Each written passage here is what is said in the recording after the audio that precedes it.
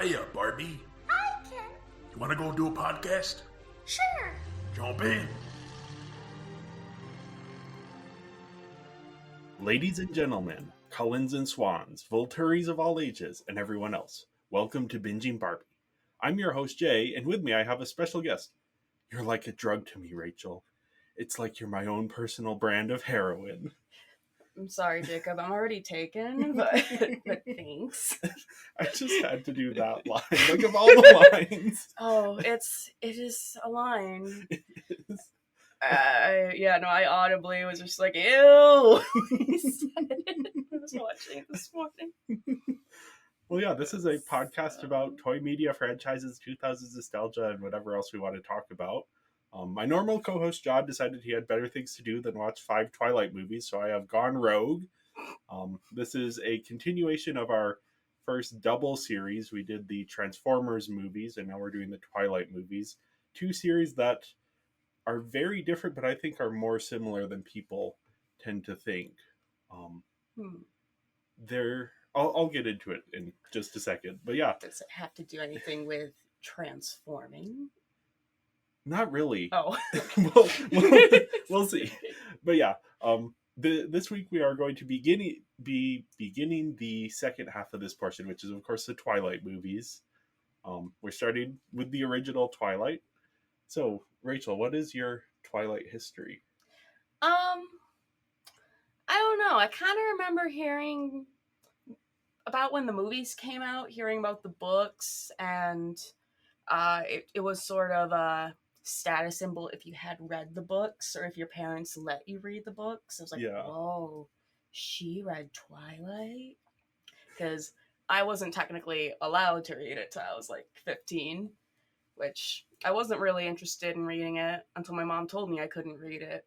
Yeah. Till I was like 15. I'm like, well, now you gotta read it. And I've had a sort of love-hate relationship, like I think a lot of people do, where I was sort of in the camp where it's like, yeah, it's cool to hate on Twilight and stuff. And in like retrospect, like I love vampires and stuff.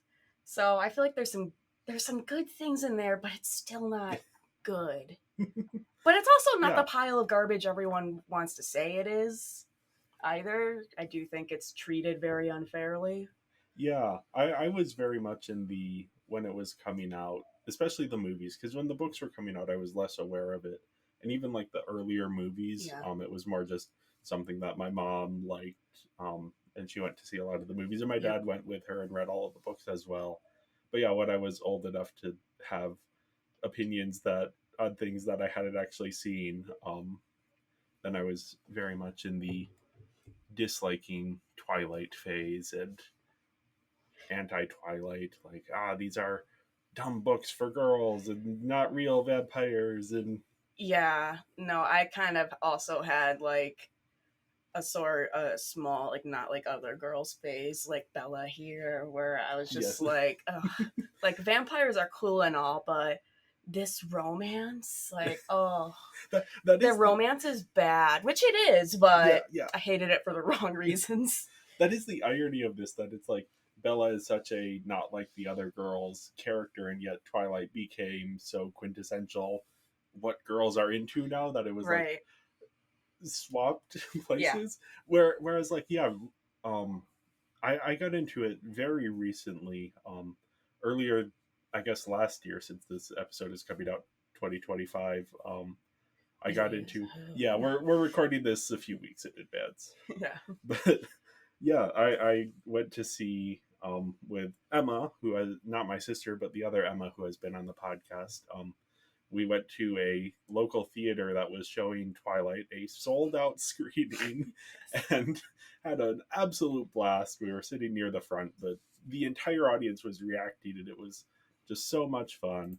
And I just had a great time with it, and then went home and started looking into different things and getting into the books. And I read I didn't read the original Twilight, but I did read Life and Death, which is the gender swapped Twilight, which kind of opened up a different layer of it to me,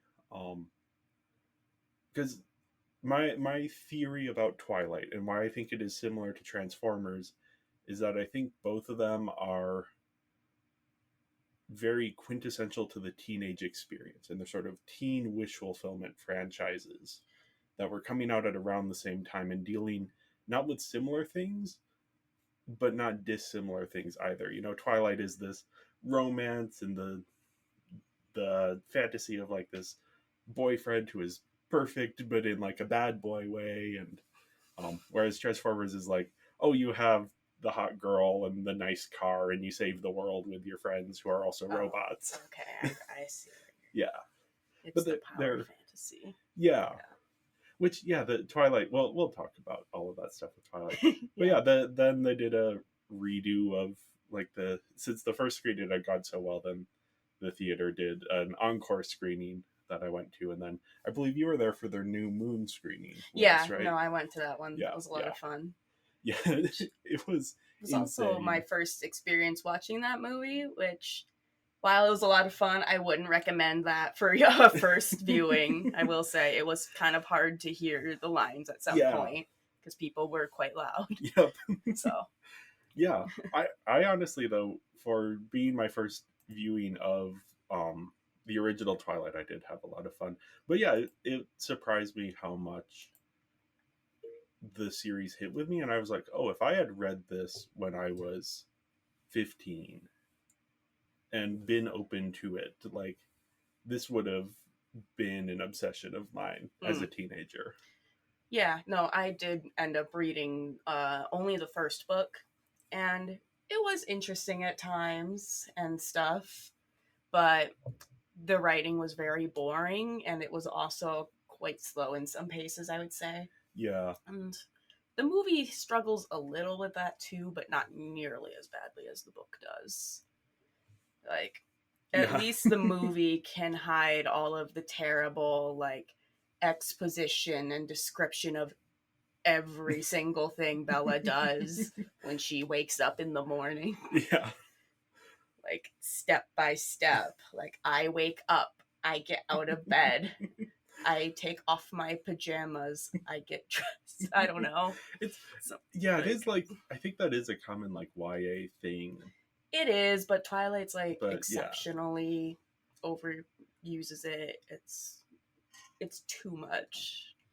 It's just not interesting for big chunks when you're just repeating just small statements. Yeah. Like, I don't know what to say. Like, almost saying nothing. Like, you're not saying anything interesting. And yeah, no, it is like, I really enjoyed Life and Death, which I think is somewhat edited compared to the original. Like, it is the same text essentially, but just putting them side by side, I was noticing she'll change like certain synonym or certain adjectives or things that are like just cleaning it up a little bit. Interesting. But then, yeah, when I listen to the audiobooks for the rest of the series, it's like, okay, yeah, this is getting a bit much. And then, have you read Midnight Suns? I have not, but is that the one that's just Twilight from Edward's perspective? Yes. It is just Twilight. It is about... Right, like, yeah, just the first twice the length of Twilight. Oh my god. Because it is, of course, Edward can read everyone's minds. So it's going into... Fair. So it's not only Edward's perspective on Twilight, but also every other character and every seed's perspective of Twilight. Like, Twilight itself is not a short book, from what I remember. I think it is pushing like 500 pages. And this is twice. And it definitely feels like Stephanie Meyer trying to go in and justify all of the decisions she made by explaining what every single character was thinking when they made those decisions. She almost doing a little J.K. Rowling, like it isn't quite as retcons, insane. Just some retcons. I don't know how much retconning there is, but it is like, yeah, there's something there, and it's just like spending that much time in Edward's head. I came across this post that pretty much summarizes what Midnight Suns is. This is from Tumblr user It's Crying Time. Some random woman's thoughts. Oh, hey, he's kind of hot.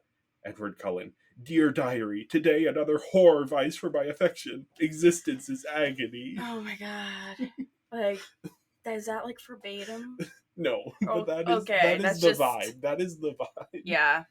That is like, especially, how dare these women find me hot? I didn't even get that far, but I did get to the scene in the restaurant in Port Angeles, and like him thinking about what the waitresses are thinking of him. Oh, jeez. Okay. It is wild. But yeah, anyway, Twilight. The book was released in 2005, of course, written by Stephenie Meyer, no S at the end. Became this massive sensation. This was post Harry Potter, I think about 10 years after the first Harry Potter had come out. So the series was still ongoing, but there's this new sort of interest in young adult literature, and Twilight. I think Twilight was basically the next big young adult sensation that really kicked off the current craze that we're seeing. Eventually that led to like Hunger Games and Divergent, and I think I'd agree with that. I don't know what the state of it is now more recently, but I know when I go to Barnes and Noble, that's like half of the store is young adult. Right. But yeah, prior to the book's release, Paramount and MTV actually acquired the rights to adapt it. And their screenplay differed significantly from the novel, added a lot more action. They were hoping to appeal to boys in addition to the appeal to girls. But there were leadership changes at Paramount, and the project was abandoned. They couldn't quite crack it, and the rights expired in 2007. So this is when Karen Rosenfeld, one of the executives who was let go of Paramount during this restructuring. She went to Summit Entertainment, which was a small company, and pitched them on the potential of a Twilight adaptation.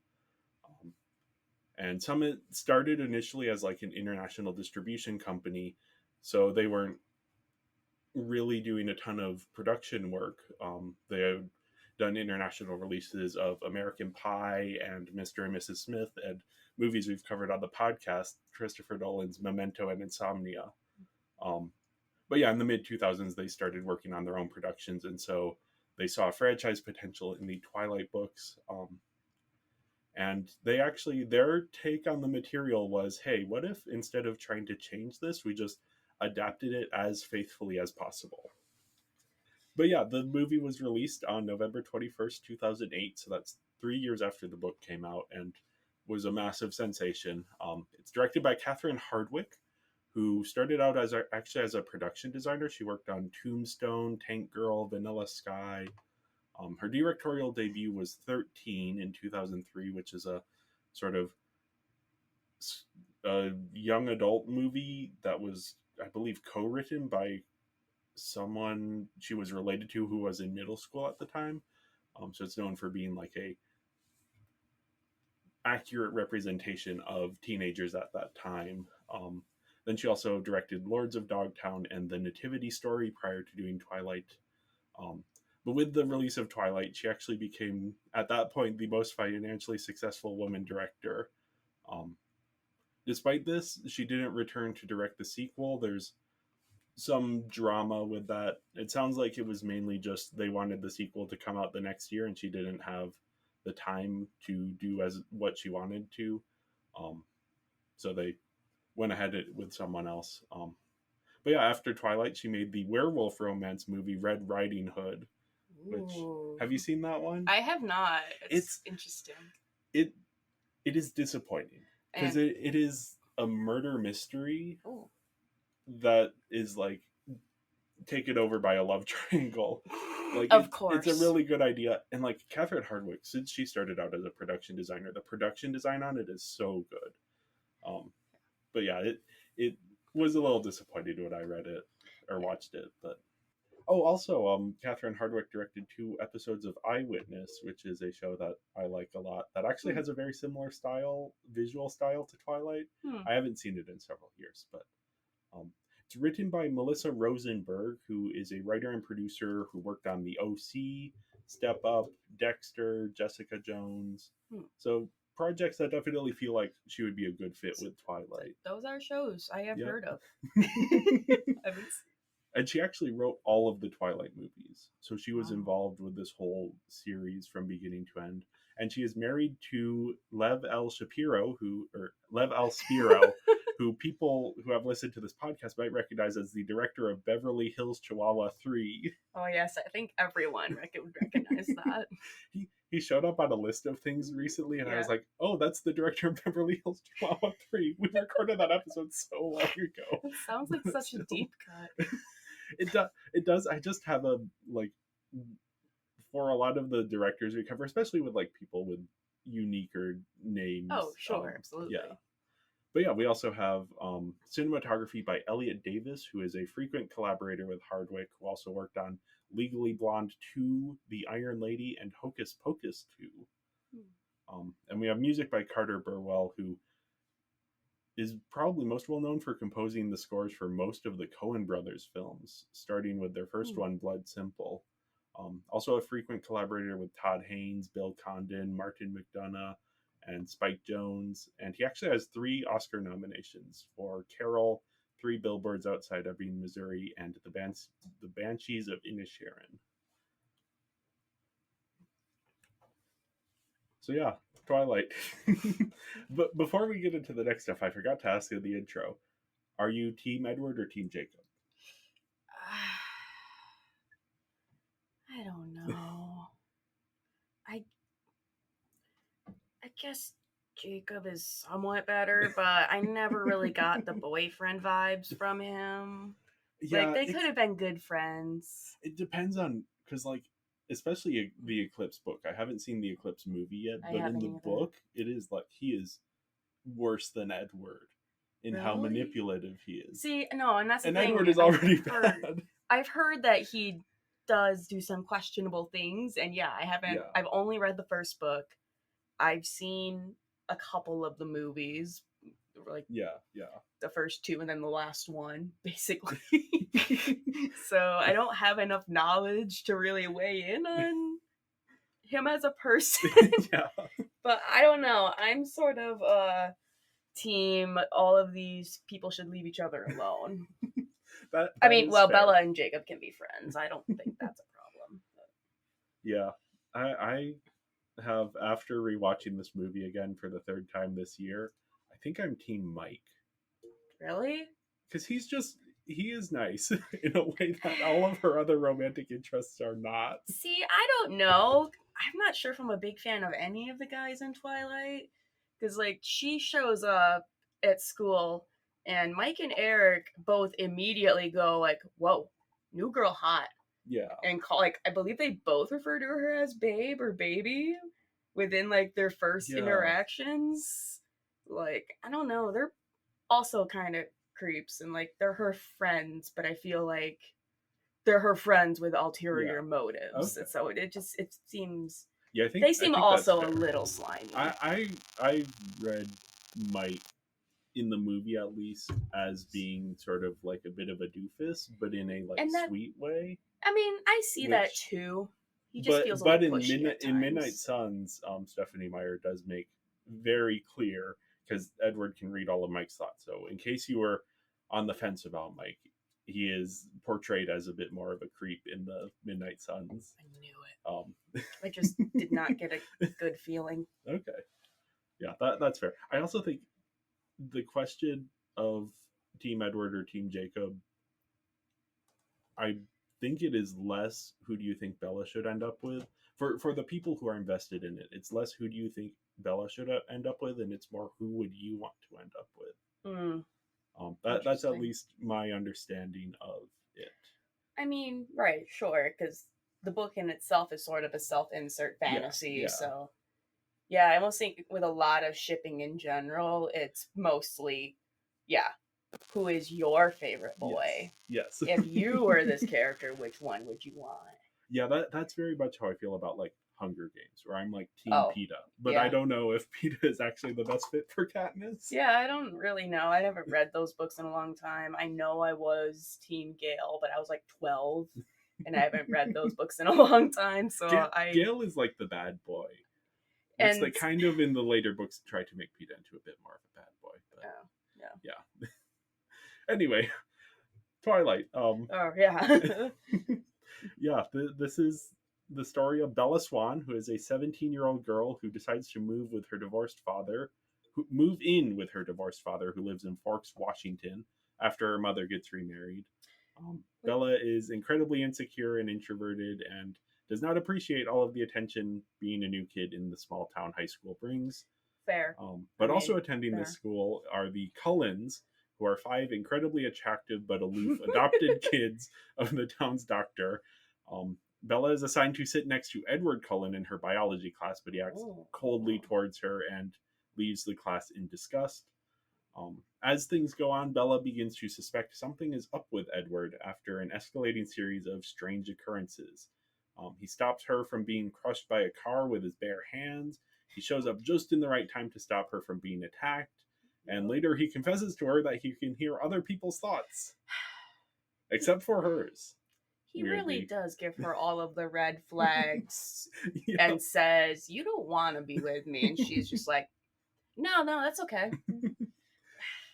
But yeah, Bella's childhood friend Jacob Black, who will become relevant later in the series, tells her a legend passed down by his tribe about the Cold Ones. And using this legend, Bella does her own research.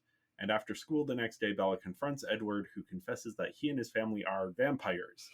Now, they are quote-unquote vegetarian vampires, not because they don't eat meat or kill animals, but because they only kill animals and try to avoid drinking human blood. I mean, considering vampires are supposed to, like, eat people, I get it, what they're going for. And it's a really interesting idea. Yeah. But yeah, vegetarian seems like the wrong word. Yep. But yeah, they still hunger for human blood. Yeah. And Edward is particularly drawn to Bella's blood. As he says, she is his own personal brand of heroin. But yeah, Bella decides that the most prudent thing to do is start dating the guy who can barely restrain himself from killing her. And also warns her many times. Yeah. Oh, but that's part of the fantasy. The like bad boy. I guess, yeah. He's warning you. But he has a heart of gold deep down. I'm too good for you.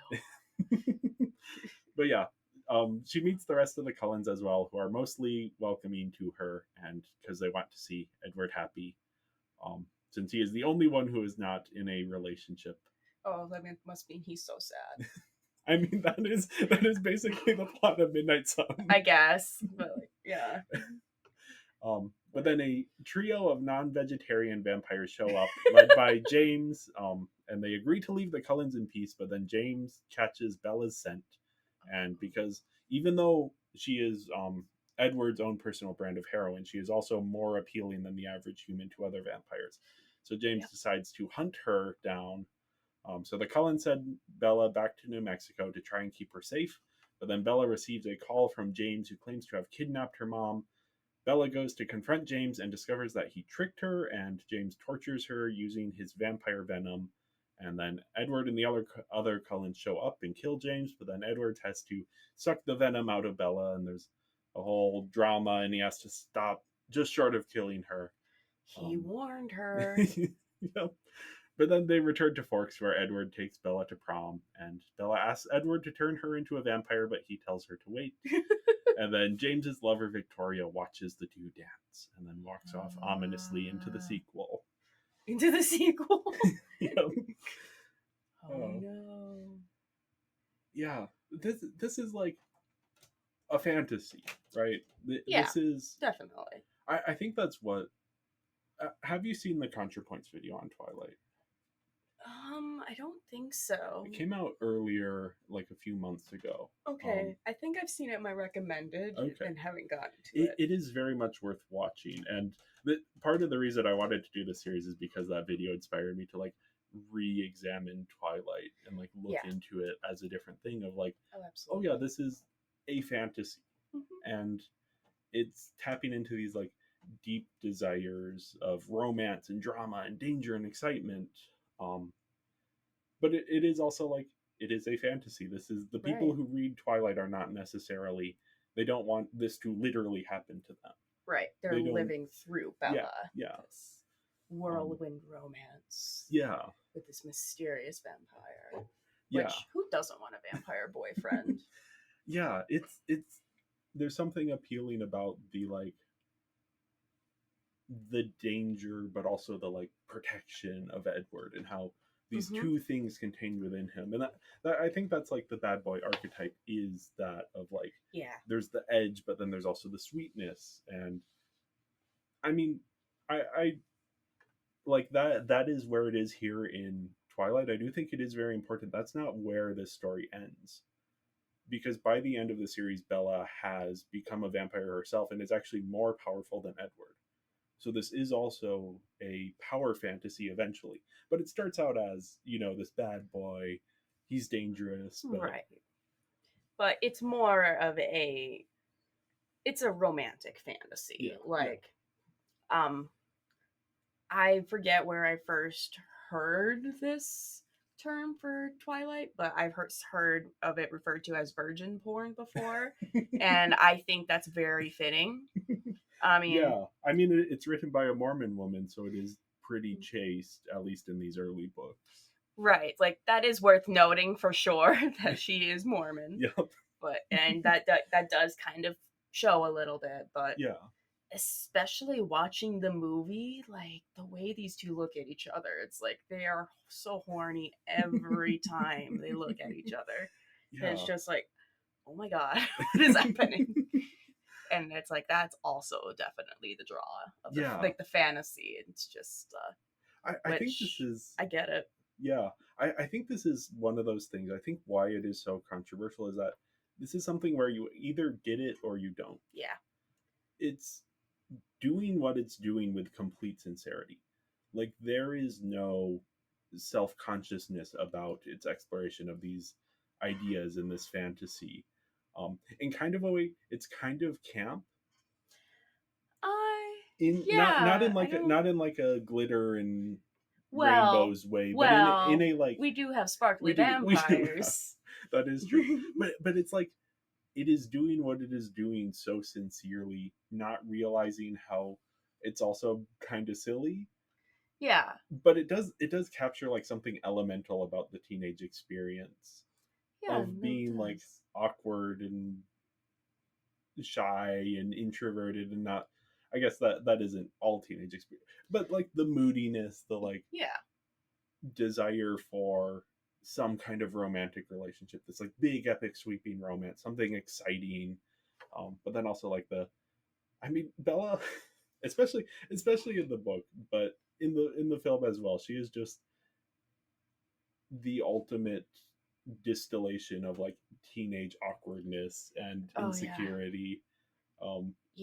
It reads almost comical in the book, where in the book it feels like she's maybe over exaggerating just how like clumsy she is, for example. And then watching it in the movie where they play it out as, oh no, she is the clumsiest person to have ever existed. Oh yeah, which I feel like that plays a little bit into, like we've mentioned, her little being not like other girls. Yeah. And like, oh, she's clumsy. And I think it's also a very common like Mary Sue trait, which a lot of people will point to Bella as a Mary Sue. Mary Sue is it's hard to define. It's started out as like a fan fiction character named Mary Sue, who was a self-insert of a fan fiction author within like I think it was the Star Trek who was like the most beloved person in the entire universe, and everyone who didn't love her was a villain, and she had all of these romantic things. So it is this like self-insert trope. I think it's a little like Bella definitely has a lot of those elements. I think a lot of those are just like elements of a protagonist. Yeah, it's also just very common in YA though. The girl who she's like, oh, I'm not pretty, I'm plain, but all of the guys fight over her. Yeah. And she's like, oh, I'm not that smart, but she's like maybe like the straight A student. Yeah. So like she's humble, but she's good at like everything she tries. She almost has no flaws. Like she in herself is her own is a fantasy. Yeah. Like Mary Sue. Yeah. Her biggest flaw is that she is so deeply insecure. And has no self-esteem.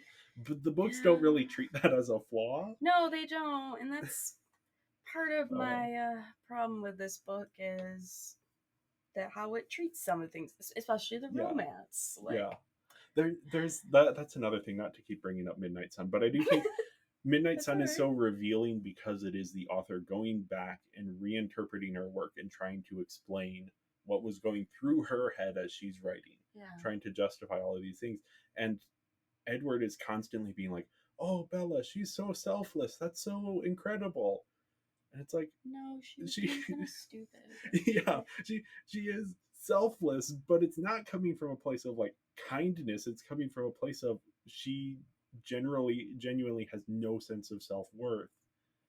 Yeah, she is just so obsessed with the idea of him Yeah. or of the romance that she's just willing to risk anything for that. Yeah. Which honestly, a part of that could also be part of the teen experience because Yeah. feelings feel so big, They do. especially at that age. Yeah. Yeah, you're just like starting to get into like the adult emotions, and Yeah. it's like, yeah, you feel everything so deeply, and everything is the end of the world.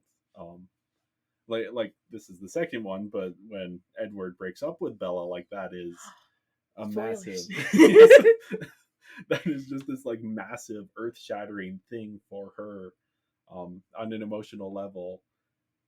Which, yeah, we'll talk about like Bella. Yeah, I don't know, she is a fascinating character because she is this like self-insert type character, but also just captures something very elemental about the teen experience. And like, Yeah. I felt it a little bit with Bella. I felt it a lot when I was reading the gender swapped version with Bo, of like, he's like, oh, he's clumsy, he's not good at sports. It's like, oh yeah, he's in like a bit insecure and like, yeah, unsure, but he loves to read. And like that was me in high school. Yeah. Like there is something deep about that like just connects. Like, again, I keep calling it elemental, which is a big word for that, but it does definitely feel like that to me, of like, yeah, I don't know that I've read anything that captures that sort of like sense of insecurity the way that Twilight does, which is, it's just fascinating. No, that is really interesting.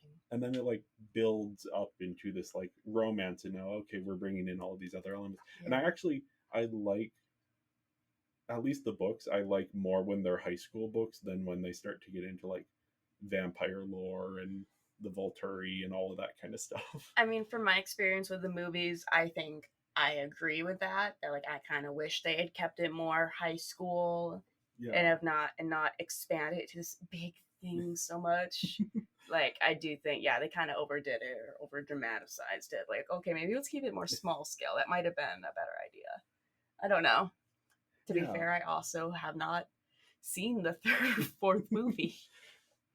Or read beyond the first book. Yeah, I've only seen the first two movies, and then I have read all of the series though. And yeah, there comes a point, especially in the last book, of where it's just like diving into all of the vampire politics, and it's like, that is not what interests me about Twilight. I don't think it is bad. And I think, because that was a big thing when Twilight was coming out, is, oh, they're vampires but they sparkle, that's so silly. But then you actually read it and it's like, they are vampires, they thirst for human blood, there is violence, there is gore, there is like, especially in the later books, they sparkly? It's so stupid. I still don't get it. And he's so ashamed of it too. He is. That's the I think it's supposed to be less extreme than it is in the movie. Okay. Because in the movie, or at least that's my interpretation of this all, is like, when I was reading the book or the books, I was interpreting it as Bella is a somewhat unreliable narrator who has a tendency to exaggerate things. So like her own clumsiness, she is exaggerating her own clumsiness. Interesting. Because we're seeing things through her teenage mind as she's like, I am the most clumsy person who ever existed. And then like Edward comes along and it's like, oh, he sparkles so much. I interpreted that as, oh, he is more sparkly than he should be. But that is, yeah, the movie is just like glitter. It's just, maybe it's just more of that, it's just an odd detail. Yeah. Like, as far as I know, there's not anything about in vampire lore about sparkly skin. Yeah. I don't remember that being anything. Yeah, I don't know where So Stephanie Meyer got that yeah, it's from. like it's just a very random thing to just Yeah. make up.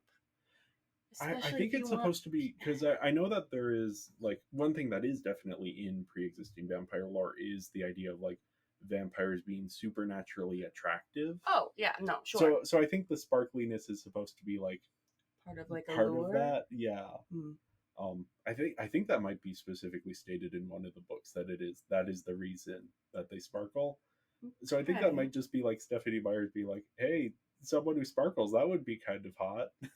And then that gets like written in, and then Stephanie's fetishes are just I sprinkled mean throughout.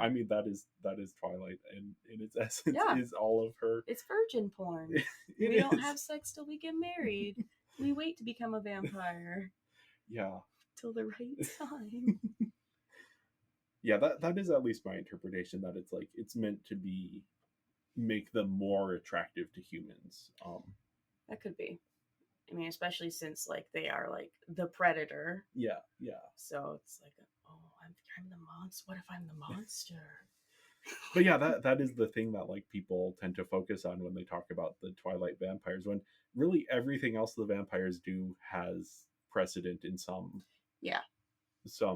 vampire media. Yeah, like they're basically act like vampires. Yeah. Like, yeah, no, they got The weird Cullens are a dialogue little and like, stuff. since they're vegetarian and humanitarian, and they act a little odd for vampires in a way that's like, okay, I don't know if I fully believe that these characters have been alive for 100 years. But we'll let that slide. Yeah, it's just I don't know. It's hard to talk for me to talk about Twilight because I have been so entrenched in it in the last few months. That is like, yeah, to try and focus it on the plot. Yeah, the story, it is what it is. It is doing what it is doing with sincerity. I think there's some pacing issues, maybe. Oh, I would definitely say that. I mean, and as far as the plot goes, I mean, I'm not saying that there isn't a plot, but it does feel like we're just kind of going through life without like a much of a trajectory until the Volturi suddenly show up. Yeah. Or James and the trio of vampires and the other guy, which I don't. Is he even named? I don't. Yeah, he has a name because he pops up in a later book as well. Okay. Let me see if I can find him. I don't remember him saying his name. He might not have said it in the movie. Okay, yeah, he's playing Laurent. Oh, Laurent. Yeah. Okay, that's his name. I think they might say it. I don't fully remember. Since I had seen this twice already this year, I was watching it with the commentary, which actually, interesting side note, since we were talking about how self-deprecating Bella is, the audio commentary is fascinating, not for what it reveals, but it's Catherine Hardwicke, the director, and Robert Pattinson and Kristen Stewart. They're doing the commentary, and most of the commentary, or at least it feels like is most of the commentary, is Kristen Stewart will be like, "Oh, I don't think I played that scene well. I should have gone for something else."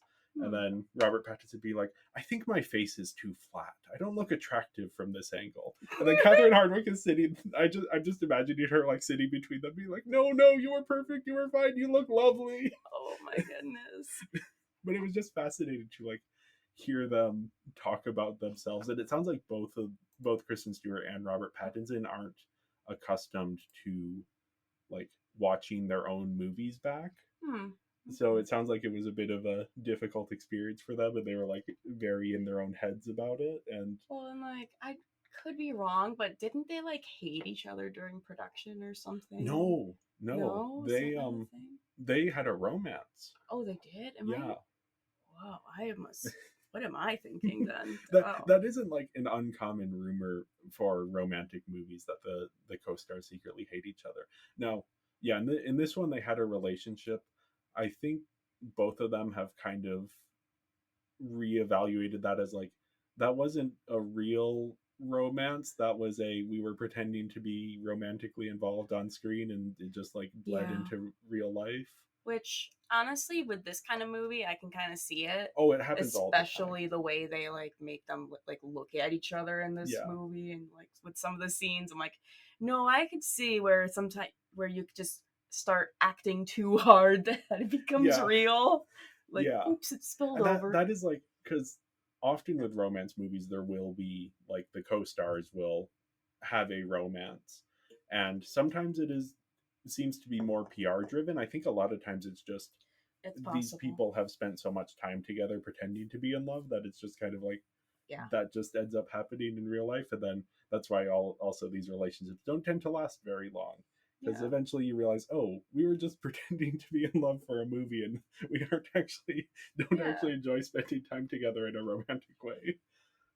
I don't know the intricacies of that relationship. Yeah. I didn't do any research, but that's just the vibe I got from how they've talked about it in the years since. Or sort of a like, I don't know you. I know Edward, but I don't Yeah. know Robert or whatever. I don't know. Yeah, yeah. So, I don't know, Yeah. Yeah. That was I don't even remember what we were talking about before I took Were us we on this talking about tangent. pacing? Yeah, we were talking about pacing. Okay. It was more of a struggle in the book from what I remember. Okay. Yeah. There is like a divide between the high school stuff in the first half, and then like when it turns to more vampire stuff in the second half, and we're meeting the Cullens and getting all into that stuff. Right. Yeah. And yeah, I don't know. I don't I sitting it down and watching it, I enjoy it. Yeah, I do too. It is definitely a lot of awkward dialogue. I think a lot of it is intentionally awkward, or at least some of it. Yeah, I don't really know. Especially like the high school stuff. Yeah, no, and I kind of wish I'd read the book more recently for comparison reasons. Yeah. Because I definitely picked up on some of the awkwardness of the dialogue, but I honestly thought it would be worse than it was. Okay. Like part of it was like, this sounds more normal than I thought it would. Yeah. Even though it was kind of weird at times. I think they do a good job of like making it feel like authentic teenagers. For the most part. Yeah. The scene where she finally gets him to admit he's a vampire is weird. Like, it's laying out the weirdest stuff in the movie of like, oh yeah, he's 109 years old, and yeah. Also, I don't think we mentioned the fact that he watches her sleep yet, but which is one of the things that I find so fascinating, because a lot of the fantasies of this I can tap into, of like, oh yeah, the vampire boyfriend who is like, he's a bad boy, but he has a heart of gold, and he takes care of you, but he also wants to like consume you, and he watches you sleep. That part is like very creepy to me, but I do think that is the idea of like someone who is watching you all the time and like looking out for you, sort of, but which to me is not a thing that like registers as a thing I would ever want to happen. But I think for some people that is like, if you're living with just like a sense of anxiety, or a low grade sense of anxiety, having someone who is like always there to protect you. Yeah. And then I think the other thing that I don't know how much this factors in, but the idea that Edward is so fascinated with Bella that just watching her sleep is enough for him. It's a lot, though. I mean, it is undeniably part of the like fantasy that they are trying to create here, I guess. And like, I guess I'd be a little curious to know like what Edward's thoughts would be while he's doing this, like in Midnight Sun. Yeah. I'm trying to remember. I don't know. This is just one of my like biggest critiques with Twilight, is how it will just portray creepy stuff like that and not point it out. Like up until like he starts watching her sleep-ish, or when she starts figuring out he's a vampire. Before that, she seems to have like a pretty steady head, like she pretty normal responses to his weird behavior and stuff, until we get to like more and more certain that Edward is a vampire. Yeah. And then suddenly it's like, oh.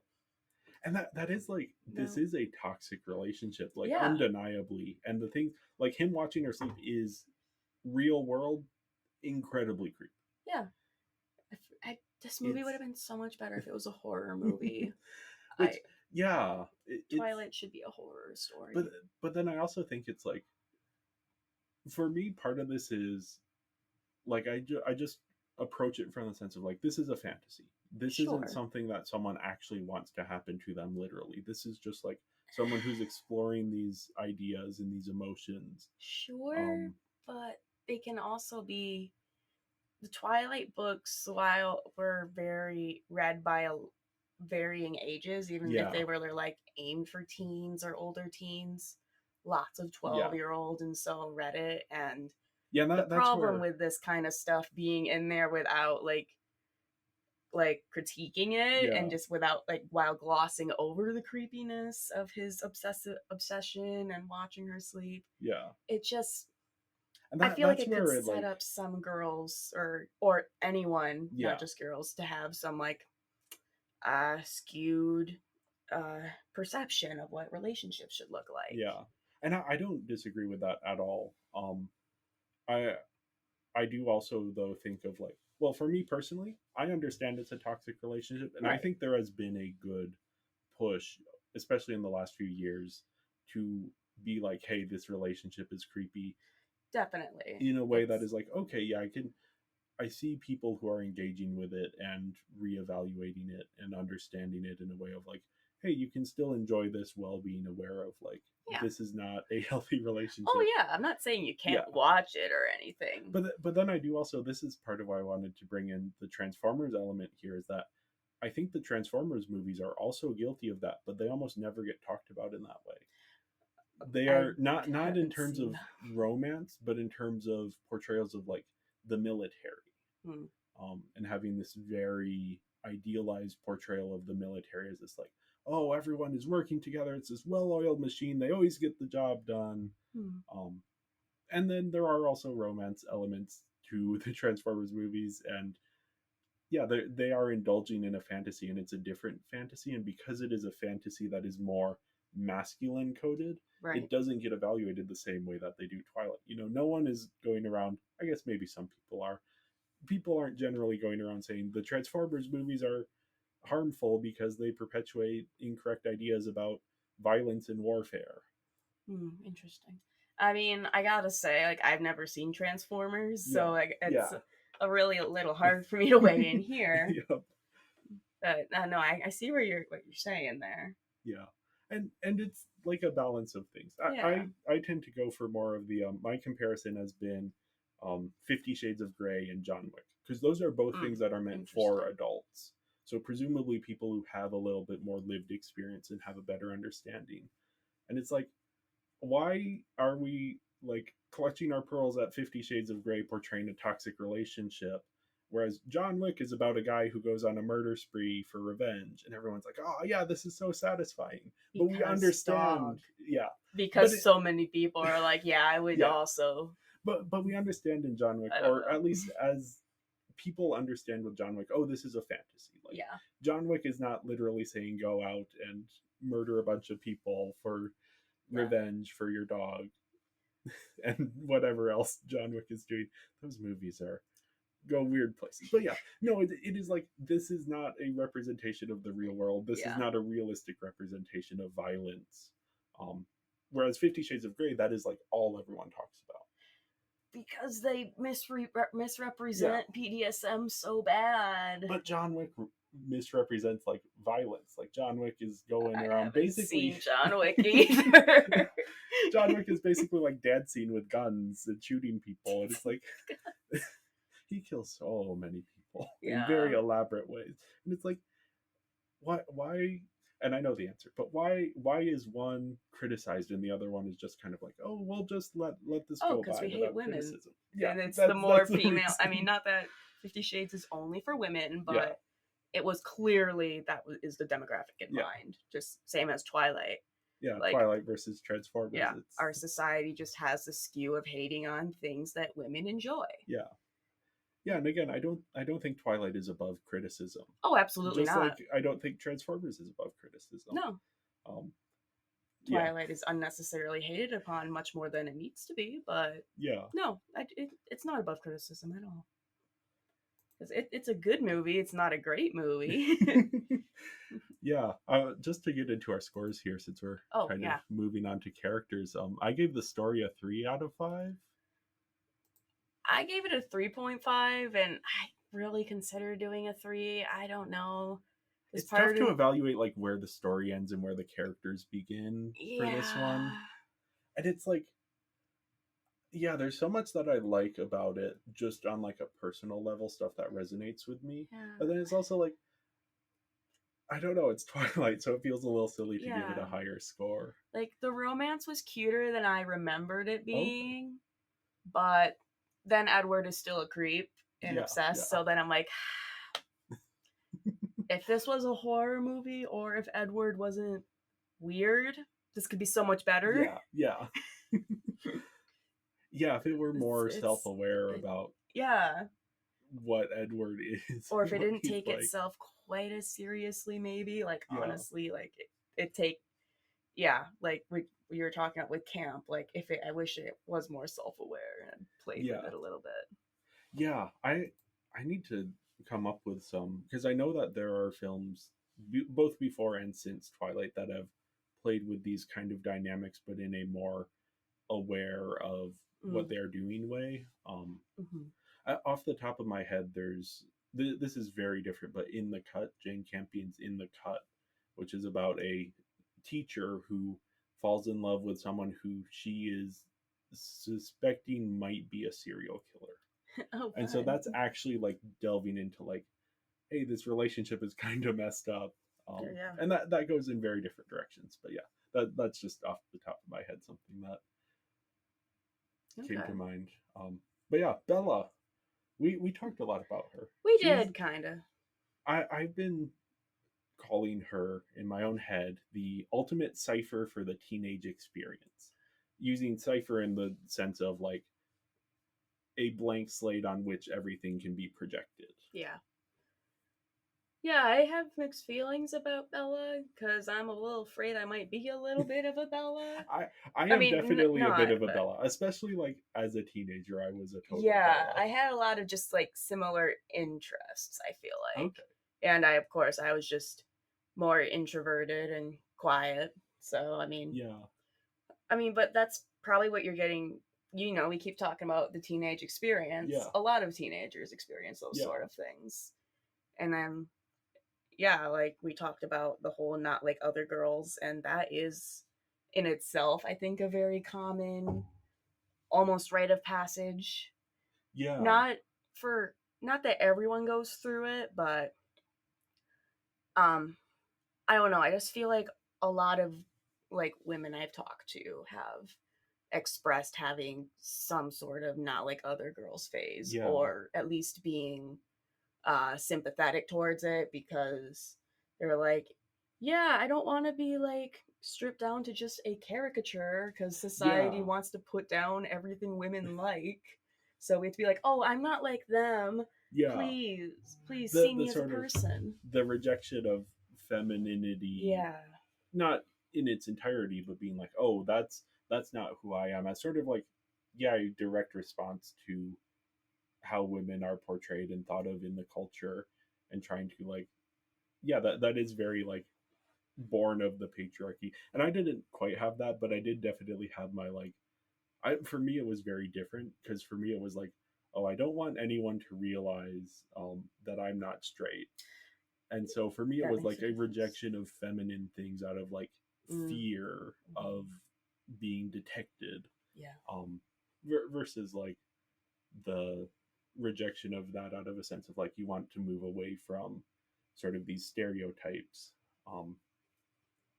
But yeah, no, Bella definitely fits into that category to the extent that like we have characters like Alice, who essentially like, Alice. yeah, but she sort of represents this, like, especially in the last book when she's the one who's like planning Bella's wedding, because of course Bella, as the not like the other girls character, she can't want a big wedding and all of these fancy things, but deep down she actually really does want all of this very traditional, very feminine experience. So Alice is the one who gets to force her into doing that. And because Alice is forcing her into doing that, then she can enjoy it. Oh, because Alice is facilitating it. Yeah, Oh. yeah. So Alice functioned as like the forced feminization fantasy here, but in like a slightly different way than that but term she's usually. So cute.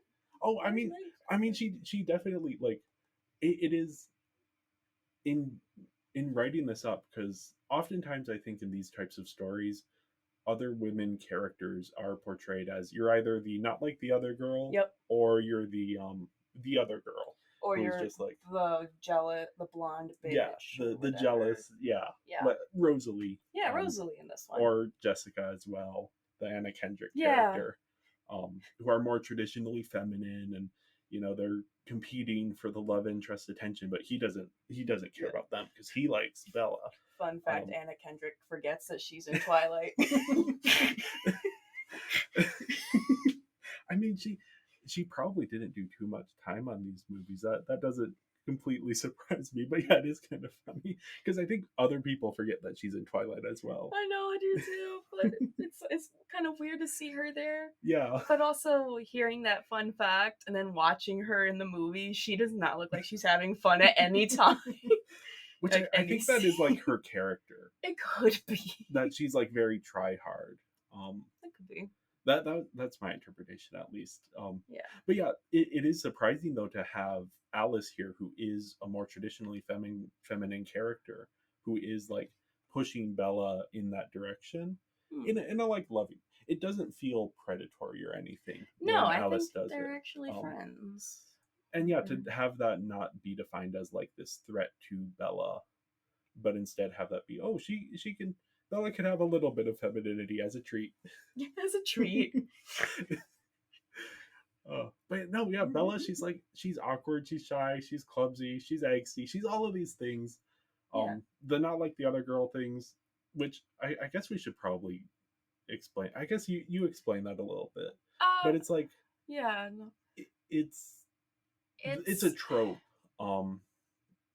Yeah, as you were saying, it is trying to move away from traditional markers of femininity in an attempt to like, it's wanting to like make yourself stand out as an individual when a lot of women are pushed into different archetypes, or like, oh, you're either the slutty cheerleader, or you're the nerdy bookworm that keeps to herself, or you're a mother or a teacher.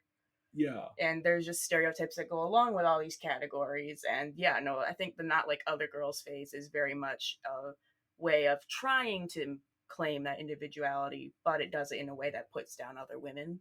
Yeah. I will say that specifically, because there's nothing wrong with trying to claim your individuality and forming your own identity. Yeah. It's the fact that they tend to use that as a put down on other women. Like, I'm not like other girls. I wear very little makeup.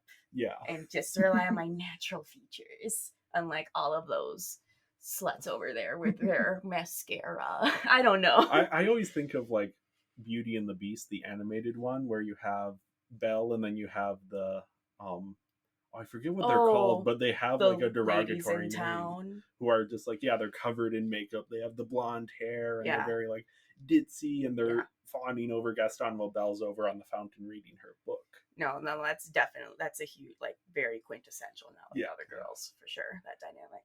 And again, as you were saying, the issue with it is the assumption that feminine things must be bad. Yeah.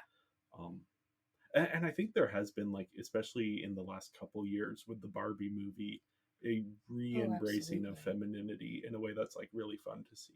Yeah.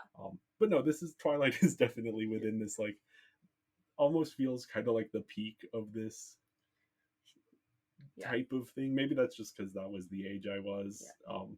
Here at Binging with Barbie, we endorse embracing femininity. Believe it or not. I think the quintessential thing to understand Bella and why she does what she does is that her fundamental desire, more so than wanting a romantic relationship, more so than wanting to become a vampire, more so than anything else she does, is she has this deep desire to be desired. Yeah, which, well, let's go back to the beginning of the movie. I'm not sure, I guess, if that was Bella's choice or if her mom basically kicked her out of the house. It was her choice, but it was like, because essentially it's, at least from what I remember of the book, it is her choice, but she is making that choice because she doesn't want to get in her mom's way. Yeah. So it's, again, her, like, that's rough. self. She as a teenager she doesn't not have be making this decision. Which especially in the books, it's less focused on in the movie, but in the books they're like, oh no, Bella is doing all of the, like, parental work. Oh yeah. In the house. Oh yeah, no, I remember that. She's even, like, in the book she has a job. And she cooks all of the meals. Yep, she cooks all the meals. I remember those scenes. Yeah. Which is, they were painful to read. it is, like, another part of, like, the fantasy of Twilight is the economic fantasy, which they don't focus on as much in the movies, but in the books is very, very pointed that, like, Edward is wealthy and Bella is not, and and of course Bella, she is a proper girl. She doesn't want a new car. She refuses the new car, but Edward insists, so you must have this new car. Okay, well, I guess if Edward is telling me I need it, then I get to enjoy my new car. Well, and I mean, that, and not to go back to the other girls, but Bella's not like other girls. She drives an orange truck. Yes. I love her truck, though. I know. No, it's fine. So good. There was just something about it when, like, her dad and Jake's dad are like, oh, she's not gonna like it. And she's like, oh, I love it. Not like some other ungrateful bitches that would, like, scoff at this. I love it. Yeah, in the books, this is in Breaking Dawn. I don't know if it's in the movie because I haven't seen it yet, but Edward buys Bella a new car, and it's like a state-of-the-art, like, when does he get her a car? It's because she is in so much danger that she needs to, like, a military grade type vehicle. And then there is a scene where she, like, pulls up to a gas pump and gets out of her car, and there's a guy at the gas station who's like, oh, that's the coolest car ever. Yeah. And it's very clear that it's like, even though Bella says she doesn't want the new car, she really does kind of want the new car, and she's really, like, enjoying having someone else admire her new car. Okay, but also, if you're getting her a new car for her protection, why would you get the, like, shiny fancy car that's gonna make her stand out? It's the fantasy. I know, but it makes no sense. I don't remember all of the details. It might not be, but yeah, it's. I know. It's the fantasy. Yeah. It's the rich vampire boyfriend. Yeah, but the movie definitely, like, downplays the economic thing. It's more implied through, like, set dressing and background details. You don't have Bella working a job or anything. No. It would have been interesting to show that, though. Yeah. No, I think that is. Could have done it, but yeah, I don't know how the later movies handle that. But yeah, no, Bella is just, like, she is driven by this desire to be desired, which is why she goes with Edward. Because he literally wants to consume her. Oh yeah, he has such a strong desire, he pushes her away. Yeah, it is like, he is the embodiment of desire for Bella. That's true. And so that their entire relationship is built on this, like, weird, very toxic dynamic where, like, she isn't necessarily in love with Edward in, like, a traditional sense. She's in love with Edward being in love with her. Yeah. Also, I was or maybe I already said this, but very much part of the teenage experience. Yeah, no, it is, like, feeling to just be desired. Yeah. No, it's huge. I remember that.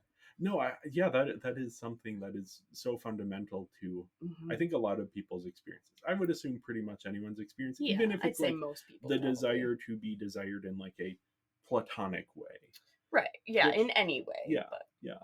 It is, and yeah, Edward is sort of that is why, spoilers for New Moon, that is why she goes catatonic when Edward leaves. It's because her entire sense of self-worth was coming from the fact that she thought Edward desired her. Which he does, but then he's gone. Yeah. And that's why she then falls for Jacob, because Jacob also desires her. Yep. But it isn't nearly as strong, because Jacob doesn't want to murder her and drink her blood. You mean he desires her a normal amount? I mean, I wouldn't say normal amount, but yeah, slightly less, not vampire amount. He's not as immediately outwardly a red flag. Yeah. And that is like why that is the ultimate fantasy of Twilight, is like being desired so deeply that like nothing you do will push him away. Yeah, it's the absolutely like unconditional love. Yeah. Or not even love, unconditional desire. Well, yeah. And there's I think love is also a motivation in there, but I mean, I feel that's most of, I don't know, the plot of the movie is really just the growth of their feelings. Yeah. And their bond. Yeah. Like, it's not really, I guess it's somewhat event driven, but it's really like feelings driven. Yeah. I don't know. Yeah, it's the romance as it's developing in the different stages of that. Yeah. God, I really wish this was a horror movie though. Yeah, speaking of horror movies, we have who would be the villain in the horror movie, Edward. Yep. He's like the Byronic hero, to use like a literary term. He's like angsty, he has this mysterious, violent past, but he secretly has a heart of gold. Deep down. So basically the hot bad boy trope is way older than you think it is. Yeah. It's hundreds of years old. Lord Byron. Yes. Actually, I mean, I assume it has been around for way longer than even Byron. Probably, but... I guess the first thought that comes to my mind, though, is, oh, wow. Crap, now I'm blanking. Jane Eyre. Yes. Mr. Rochester. Yes. Is very much a Byronic. He's so moody all the time. He's mysterious. He's kind of a doofus. Yeah. No, it's this, like, it's this common trope that keeps recurring in literature as like, there is something that draws you to this type of character. And like Edward is dangerous, but that's part of the fantasy. That is not like a lot of the toxic dynamics that people identify. Those are part of the fantasy. Yeah. They are not things that have snuck their way in an insidious way. No, it's like the fact that Edward is like wants to kill her, like that is part of the idea of like, oh, he's dangerous. And again, that is like, that is where we have to get into the like thing that fantasies are not reality. People can have a fantasy within fiction that they do not have within reality. Oh, absolutely. And I think if you haven't seen the ContraPoints video, anyone listening, go and watch that, because she does a very good job laying out the distinction between these things. But yeah, no, it's like, the Edward keeps telling Bella to do various different things and like controlling her, but that is a fantasy of like having someone who makes all the decisions for you, so you don't have to worry about those things. So that the responsibility, like Bella doesn't have to feel responsible for like when something happens because, oh, Edward made that decision. Sure, it's also a little sad to just kind of see decisions being made for her, especially in like the later half of the movie. Like at some point she's just kind of tossed around and just goes where she's told to go. And like especially for like the big fight, like when we actually get to like some plot, she's just immediately like shipped away. No choice in the matter. We don't know if she really wants to do it or not, but she just goes with it. It's just like, babe, what do you want? Grow a spine, Bella. I mean, I get it. Maybe like running away somewhere probably was like the best idea at that time, but she could have some say. She's, oh my goodness. It is. I mean, I just find Edward fascinating as this like, this is someone Stephenie Meyer. This is Stephenie Meyer's idea of the perfect man within like a fantasy setting. Where like, I don't know how much that translates into her real life, and I don't really want to speculate about that because that's not my place. But this is coming from somewhere. She just really has something for 17-year-olds who have been 17 for 100 years. That line is, I know it's easy to meme on, but how long have you been 17? Like, that is a good way of Oh no, phrasing it. I liked that line too when she said that. Yeah. When she she asked like, how old is he? And he's like, I'm 17. And she's like, how long have you been? And I'm like, Yeah. there we go. We're asking the right questions. It was really interesting. I was scrolling through the Twilight subreddit to prepare for this episode, and there was a post about like someone being like, hey, is Edward kind of problematic? I mean, and yes. Yeah. Yes. However, a lot of the replies were going into like, it was something I hadn't considered, but a lot of people were approaching Edward as like the sweet little doofus that you have to protect. Like, he's 17 and he's been 17 and he like hasn't emotionally matured, and so then Bella comes along and is able to like draw the goodness out of him and like help him mature, which that is a problematic like a Beauty and the Beast. Yeah. That's a very Beauty and the Beast way of looking at it. And also, like, I'm sorry, but he's been 17 for 100 years. Yeah. He's had time to do that. I'd argue that that's somewhat probably like what Carlisle and everyone was doing. Yeah. I think he had time to do all of that with his new family. It's like, no, this is a man who has been around for 100 years, but still looks like a 17-year-old. Except he doesn't look like a 17-year-old. Yeah, that's definitely a movie thing. Yeah. That is like Twilight, but with the characters played by actual teenagers would read that'd be so different. Funny. It looks so weird. Yeah. It reminds me of, this is a complete non sequitur, but when I read Lord of the Flies. Okay. And like you get into it and you're like so invested in the story, and then spoilers for Lord of the Flies, it ends with the boys like come across this like soldier who has washed ashore on the island, and you immediately go like, oh, these are kids.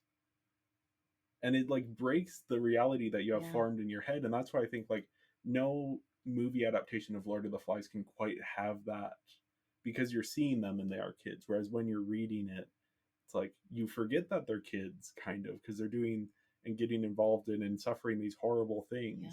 And then like an actual adult shows up in it, like you're like, whoa, what? No, that is. Well, I mean, yeah, no, I'm thinking if we're talking about like that, that skeleton, it's like they get scared of it, which of course it's like the very end when like they when get rescued. The actual adults. Yeah. Oh, I thought you were talking about when they find that like pilot corpse. Yeah. Or something. Okay, my bad.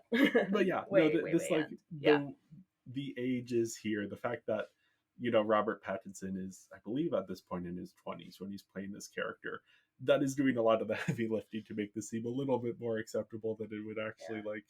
As far as people playing teenagers in movies, being in his 20s isn't that bad. Yeah. Oh, yeah. I don't know. I got lost on a tangent. Oh, yeah, wait, where were we? But yeah, no, it is like, there is something about Edward that... Yeah, I don't know. I can't explain it. It's one of those things, you either get it or you don't. I'm not really Team Edward. That's not like my... Again, I'm Team Mike. That is who I'm like, oh, this person seems like a fun person to hang out with.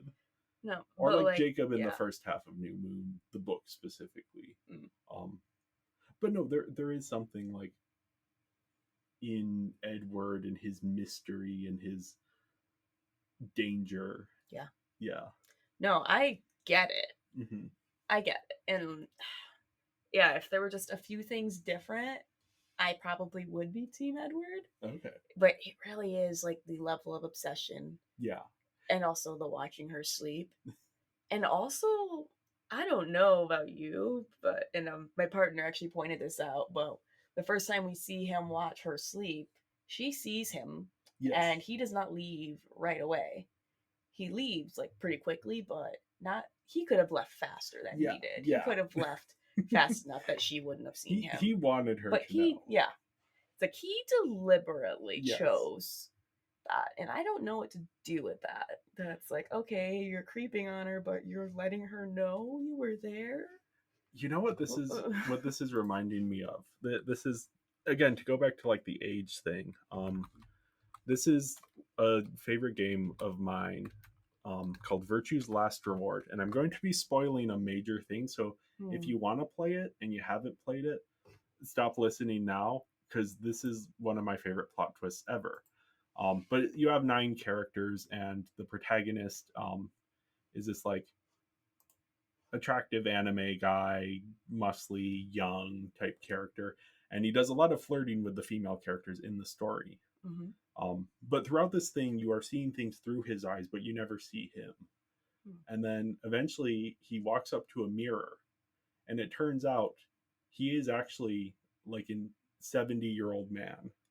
Oh, and he just like all of his memories from when he was like 25 to when he was 70 were erased. So he thinks he's 25, but he's actually 70. And he looks in the mirror, and it completely reframes all of his flirting as like, oh, this wasn't like hunky guy flirting with all of his women. This was old creepy man flirting with all these women.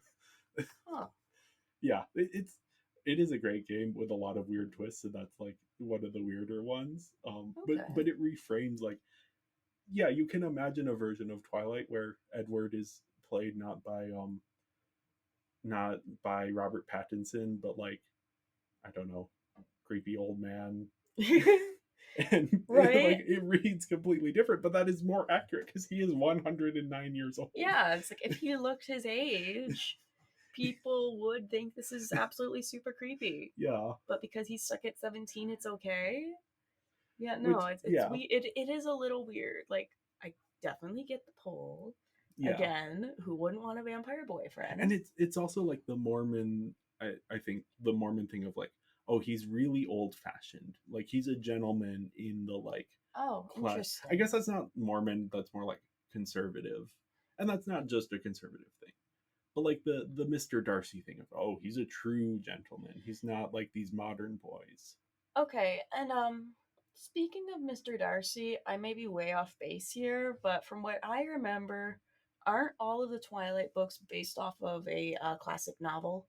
Because isn't the second one meant to be based off of Romeo and Juliet? Yeah, the second one is definitely pulling a Romeo and Juliet. I'm not recalling if Eclipse or Breaking Dawn have like connections, but that is something like Mr. Darcy is definitely in the soup here in terms of inspirations for Edward. Right, because I'm trying to think here. It's like, is the original Twilight meant to be oh shoot, what was I just saying? Pride and Prejudice? Yeah. Or is it Jane Eyre? It could be Jane Eyre. Like, yeah, it feels a bit more Jane Eyre than Pride and Prejudice, just like plot structure wise. But yeah. I might do a quick Google. Yeah. I'll start talking about. I swear that was a thing. I'll start talking about the best character in the movie, Charlie Swan. Yeah. He's a good dad in this movie. Some of the stuff he does later on in the series, very questionable. But here he's just like, he wants what's best for Bella, and he wants to be a good father and to be there for her. And he doesn't quite understand any of the things she's going through, but he's trying to do what is right for her in a way that's just very sweet. Anytime he showed up when I was watching this in the theater with the packed out screening, like anytime he showed up, people were cheering, people loved him. People were like whistling at him when he first showed up, because he like definitely fits that, like he's a very attractive man in that sense, but he's also like, he seems like just a nice guy. That scene where Bella pretends like she's leaving and she hates him is so heartbreaking when she like storms out of the house. It is so sad, and I am very disappointed that we don't get like an actual apology scene, because it feels like there was something left dangling there of like, oh, they really needed to resolve that. Okay, so Twilight is based off of Pride and Prejudice. Okay. But Jane Eyre is also an influence. And then, New Moon is based off of Romeo and Juliet. Eclipse is based off of Wuthering Heights. And Breaking Dawn is based on A Midsummer Night's Dream, according to Wikipedia. but supposedly Jane Eyre was also one of her other Yeah. inspirations. So we're Yeah, I not. definitely see. Except for Midsummer Night's Dream, I don't quite see that one. But Yeah, I don't know. Again, I I would have haven't to. seen Yeah, Eclipse or read Eclipse either, yeah. so I don't know. But yeah, I'm curious if you had that same reaction to the scene where Bella like leaves Forks and is like, "I hate it here. I hate you." Yeah, It's so that heartbreaking was because rough. he's just trying to do. He's just trying to be a good dad. He's been trying this whole It's movie. like, can't you just say, "Hey, can't you come up with a better excuse than like Right? throwing her mom's words in his face, like Yeah, what she said before that was left." rough. And yeah, I just I And then my one like major fix to the movie is we need a scene of her coming back and apologizing to him. right, and like I get it, like she was immediately upset after saying it. Yeah, Like she didn't like she to didn't say it want to say it. either. No, yeah, Like I know she didn't mean it at all, but you couldn't have come up with a better way. yeah, This man bought you a truck. yeah, He bought you a truck when I'm not sure how much of a heads up he had before you showed up. yeah. But he got your room ready. He was trying to think of what your favorite color would be. That's apparently this is from the subreddit when I was scrolling through posts. Yeah. Someone was pointing out that like the difference between Charlie and Renee is that Charlie kept her room the same since she was a kid. Like everything was in the same place. Oh, yeah. Renee, the second she moved out, converted her room into a yoga studio. Oh. Yeah, and It's like, oh, you feel so bad for Charlie. oh, yeah, because he's clearly like been hung up on her. Like, Yeah, he orders her like favorite food at the diner that he apparently goes to every week. yeah.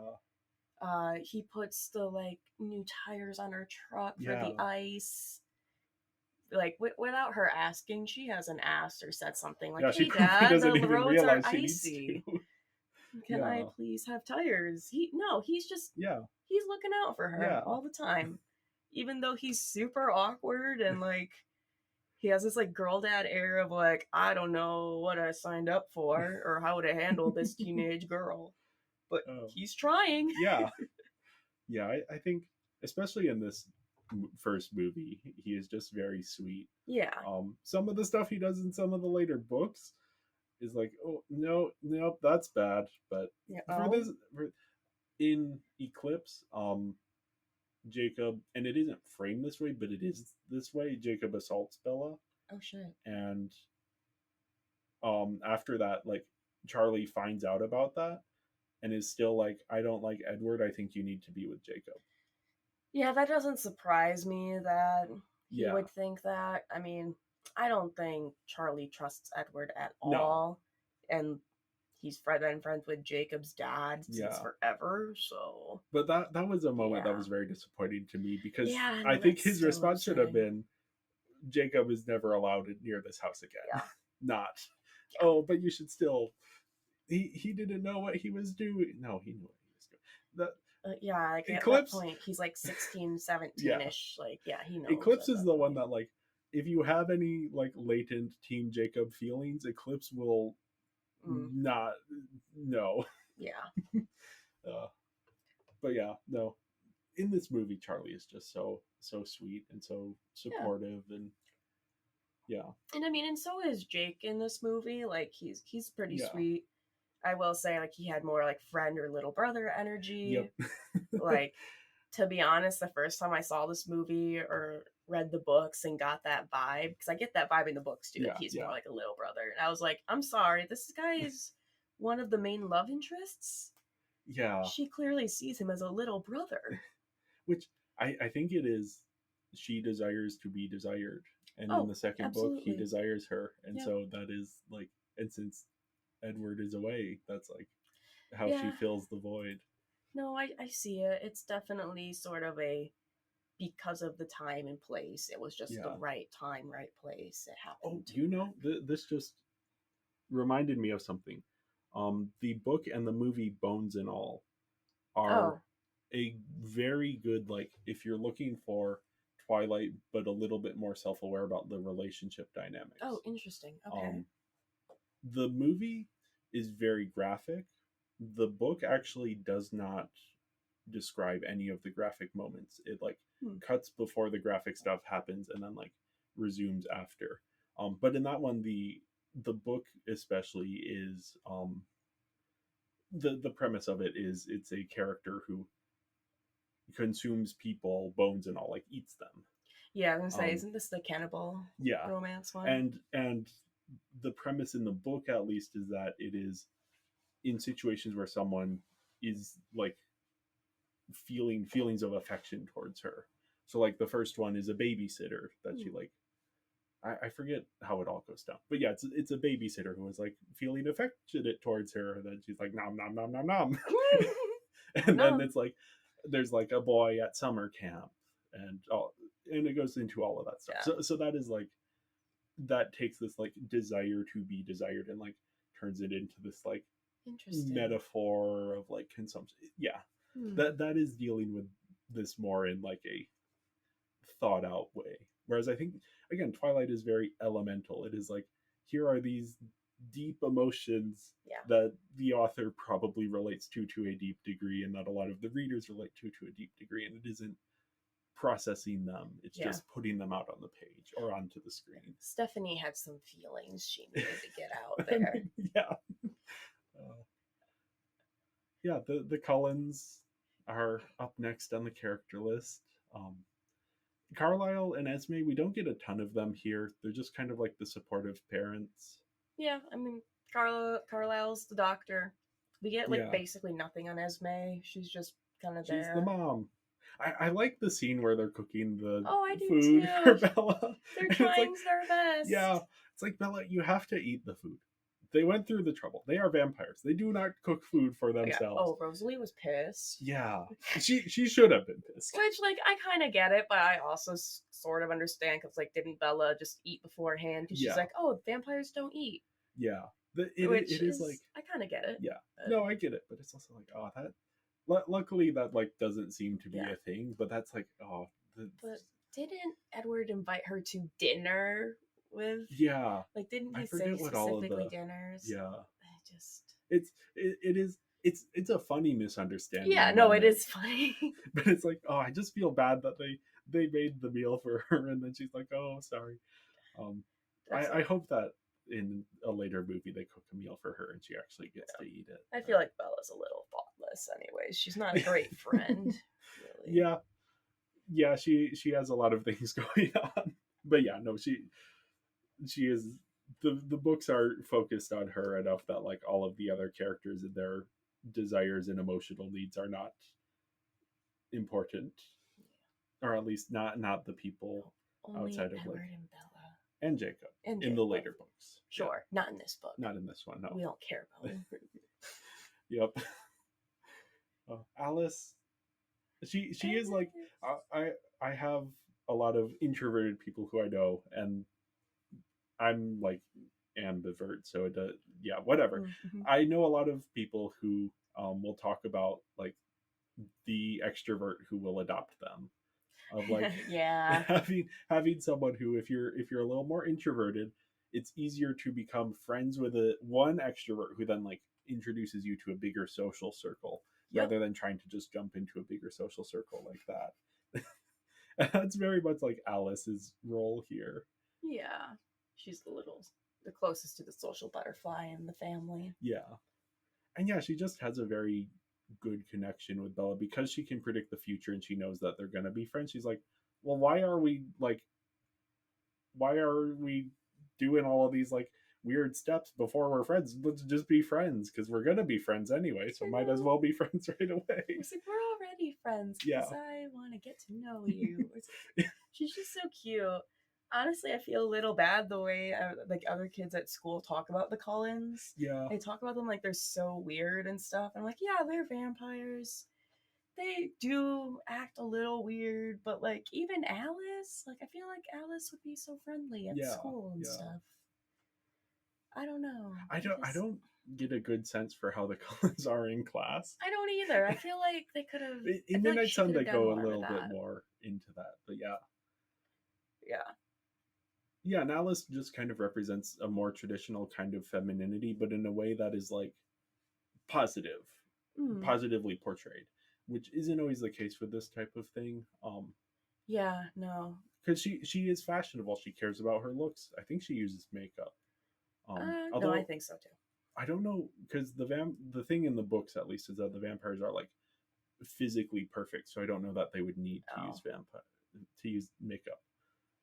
But yeah, she is also like very emotionally available, which I think is neat. And like, yeah, her relationship with Bella is one of the stronger ones in the books, right? And one of the less toxic ones. Yeah.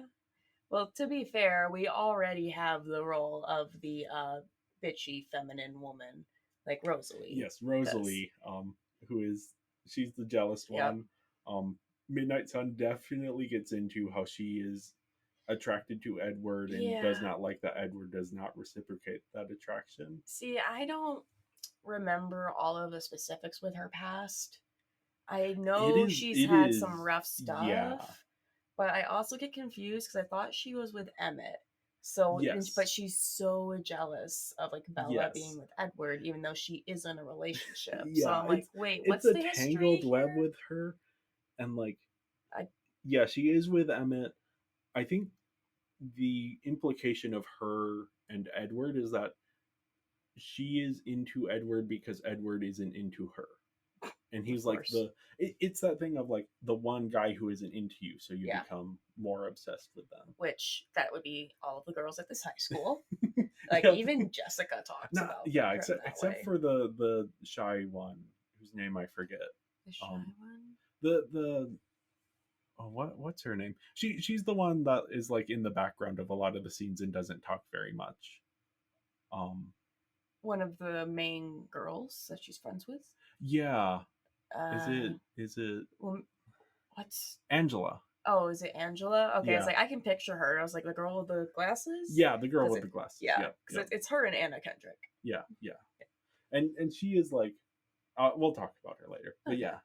No, Rosalie is definitely the jealous one who Bella gets to beat out and be like, oh, she's the more quote unquote conventionally attractive. Yep. It's a movie. Everyone looks pretty gorgeous here, but plenty of Rosalies in fiction. Yep. Not a ton of Alice's, exactly. Yeah, no, that is why. Which is nice. Yeah, it's nice to see Alice as a character type here. Yeah, we need more Alice's. We do, yeah. And Rosalie has a journey through. She has a very traumatic past in the books. That's why I want to cut her some slack, because I do remember there's some stuff there, but I don't remember any details. Yeah, it is very difficult. And then she is also like, of the vampires, she is the one who most does not want to be a vampire. Oh, I kind of remember that. Yeah, like she was like mad she was turned at all. Yeah. And then in the last book, it's implied it's because she cares a lot about motherhood. That's her. That's one of her big motivations. Oh wait, yeah, no, I remember that. Doesn't that come up in like the pro-life movie? Yes, because it's like as soon as the baby is born, Bella's like, hey, here's my baby, and Rosalie's like, our baby, like the Bugs Bunny meme. Our baby. This is our vampire baby. Yep, she is very protective of.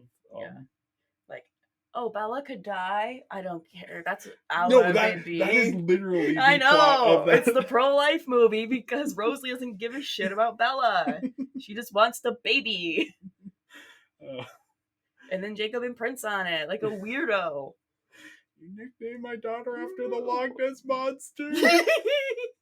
I forgot about that. I don't know which one that's in because I haven't seen it. I've just seen the clip, and I think it's in the book. I don't know. I mean, I think Renesmee is born in Breaking Dawn Part 1.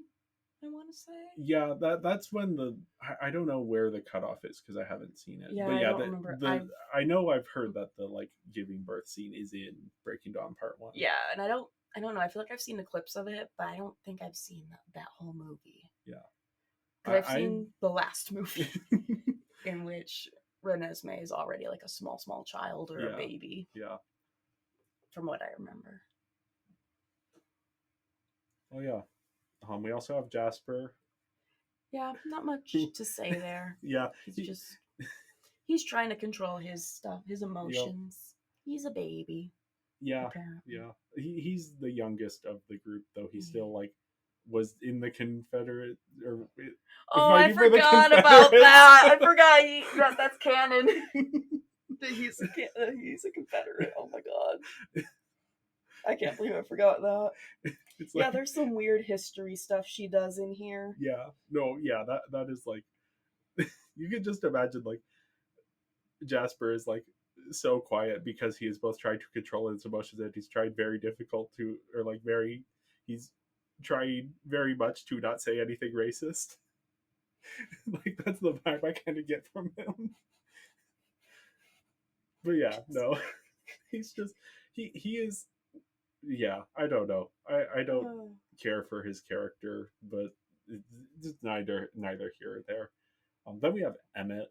He's my favorite of the Cullens. Really? Yeah. He's the himbo. He doesn't do anything. Yeah, exactly. He's just kind of there. He's just like the big muscle guy. Yeah. Who like just rides in, standing in the back of the Jeep and like. Oh, that's right. Oh, he's the one who was standing up. Oh. Yeah, silly. Yeah, I don't know how he and Rosalie like function as a couple because they don't seem to have compatible personalities. Because Rosalie never looks happy. Yeah. It seems like very much like a forced arrangement. Yeah. Yeah. Yeah, I don't know really what to do with Rosalie. No. Yeah, she's a complicated character. Which, I mean, hey, she might be the most complicated character Stephenie Meyer wrote. Yeah, I don't know if that's, the complications are things that are like, oh, maybe don't have her be secretly attracted to Edward. Yeah. I know that's the fantasy, but maybe. Well, but like the stuff you're saying about how like she wasn't too happy to be turned, yeah, and that stuff also is the definitely yearning for motherhood. So like the choice to become a mother or not was kind of forcefully taken from her. That stuff she was turned into a vampire. I wonder if Stephenie Meyer kind of realized that she had maybe not given Rosalie enough of a character and then ended up kind of correcting for that. Maybe. It's hard to say because I don't think any of this information comes up till later in the series. Yeah, no. It's in this book she's pretty flat. Like she's just a bitch. That's it. Then we have the high schoolers. We've talked a lot about Jessica. Yeah, we have. She's just, high school girl. Yeah. Jealous of the attention that Bella gets from Edward. Yep. Angela, she is the most friendly of the bunch, and I think I don't know. I haven't read Midnight Sun. I know they were like hinting at some stuff going on with her character, but at least how she's presented here, she's maybe the least messed up character in the series. That's probably fair. I mean, she seems the most like sweet. Like she's just really kind of sweet. I feel like she cares. Like she's very welcoming of Bella. I mean, honestly, they all kind of are. Yeah. Some of them too welcoming. Eric and Mike, both of them are a little. I don't know. I think. But yeah, no, especially Eric. Yeah. Eric is very pushy at the beginning. It's like La push, baby. Yeah, I didn't even think of it that way. Mike, yeah, I don't know. I think I have a bad read on characters who are dorks in this way. Interesting. Because I've had this happen before where I will like read a character like this as like, oh, they're dorky and silly, but they're kind of aware of that. I think that's kind of how I read both of these characters as a teenager. Yeah. Is that they were more like dorky boys. And it's interesting that you say like Team Mike or Team Eric, because I think that's about where I was as a teenager too. Okay. Yeah. Is that I was like, I don't know, one of these guy friends could be cute for her. Yeah. And yeah, I don't know. Again, I haven't read the book in a while, so I don't remember if they were like weirdly pushy. I think pushing to Eric I read more that way just because he's less goofy. Okay. Whereas with Mike, I guess I thought, at least in the movies, it seems like they're pushing Mike more. Okay, yeah. And I kind of thought that's how the book went too, is that Mike is the one that like still tries to ask her to prom. Yeah. I believe in the book. Yeah, it is. I think. Yeah. For me, it's just more of like he seems a little less. But I guess, yeah. Yeah, they just have crushes on her. They're Yeah. not obsessed with Yeah. her, and they don't have these like toxic views on relationship. At Yeah. least I don't know. Different. Yes. It's different. I'm forgetting exactly what it is in Midnight Sun, but there is Yeah. like Stephanie Meyer makes very clear that like, oh no, these people are like creeps. So like In a way that like both Mike and Aaron. pretty much any male character. Oh damn. I mean, that's not like part of the Cullens Yeah. or her dad. I mean, that's very kind of not uncommon in YA. Yeah. So It's and yeah, for me, like I tend to read the Mike type characters very differently, where Yeah. I don't necessarily always catch on to the like creepy vibes, because I'm just like, Yeah. oh, he seems like a doofus in a like fun way. And he does, like, you're not wrong. He does have some doofus energy, and like he is Yeah. still like the fun friend. And I mean, I'm not saying your interpretation's wrong, because there are definitely some doofus vibes there. Yeah. But no, I do think it is interesting that you caught on to that, and that's a thing that shows up in Midnight Suns.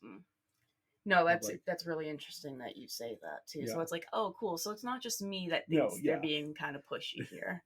Yeah, because that was when I was reading Midnight Suns. I'm like, oh, I liked Mike as a character, but no, Yeah. that is definitely like, yeah. There was a recent example. I can't think of it right now. If I do think of it, I'll bring it up. But where it was like, oh yeah, I completely misread a character because I was like caught up in the like, oh, he's a doofus, he seems nice, and then it's like, oh Right. no, he's actually not. And I was like, what?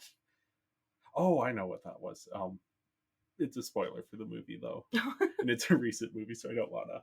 Oh, and it's not one that you have seen, Oh, so what it is wouldn't even be helpful to. What movie is it? Oh, I'll tell you. off. Okay. But it wouldn't even be helpful as like Yeah. an illustration, because I don't think people have seen the movie. All right. But yeah, James. He's the bad guy. I think he is interesting in that he is what Edward is in danger of becoming. Yeah. No, if he that can't is like interesting. Yeah. suppress his urges. Yeah. No, definitely. Was that a line in the movie that James was sort of what Edward fears he'll become or something? I think there is like direct allusions to that. Yeah, I was gonna say, actually, I think the movie does point that out. Yeah, I don't remember who says it or what context either. it is said in, but it is something that I think is brought up of like. Yeah. And I kind of wish that they didn't bring it up. That might have been one of Okay. those things that might have been better to be unsaid for the Yeah. reader to just pick up on, or the watcher. Yeah. Either way, because I feel like that is a good parallel, but Yeah. we don't need everything told to us. I mean, to be fair, it is like made for teenagers who may not like That's pick fair. up on that. That's fair. That one might be a little too over their heads, Well, yeah, possibly no, for the it's like- demographic. Yeah. Yeah, he's not a super interesting villain, Yeah. except that he is sort of this what Edward knows he could become and is trying not to become. Yeah, I'm struggling a little on what I want to say here, because part of me is thinking that like these guys kind of came up out of nowhere suddenly at the end. They do, yeah. But the movie does sort of tease that there's another pack of vampires stalking or that they're around. Here's what I will speculate. And I feel like they're around more than they are in the book. Yeah. I could be wrong. I mean, But- they definitely talk about like something is going on, some creature. Yeah. I almost wouldn't be surprised if it was Stephanie Meyer is writing this book, and then she gets to like 2/3 of the way through, and she's like, "Wait a second, I need to come up with a climax." Yeah. And suddenly, 3 Oh, no. vampires walked in, That's and then she definitely like how it went feels. back and like sprinkled it in throughout.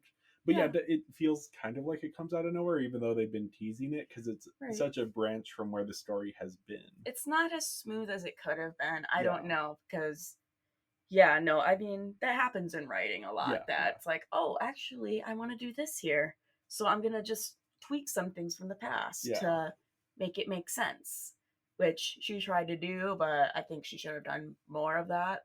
Yeah. I think she didn't do enough of I don't know, It's not a little foreshadowing, abrupt. but setting it Yeah. up. She didn't do quite enough to set it up. Yeah. Especially, I don't know, because I'm trying to think.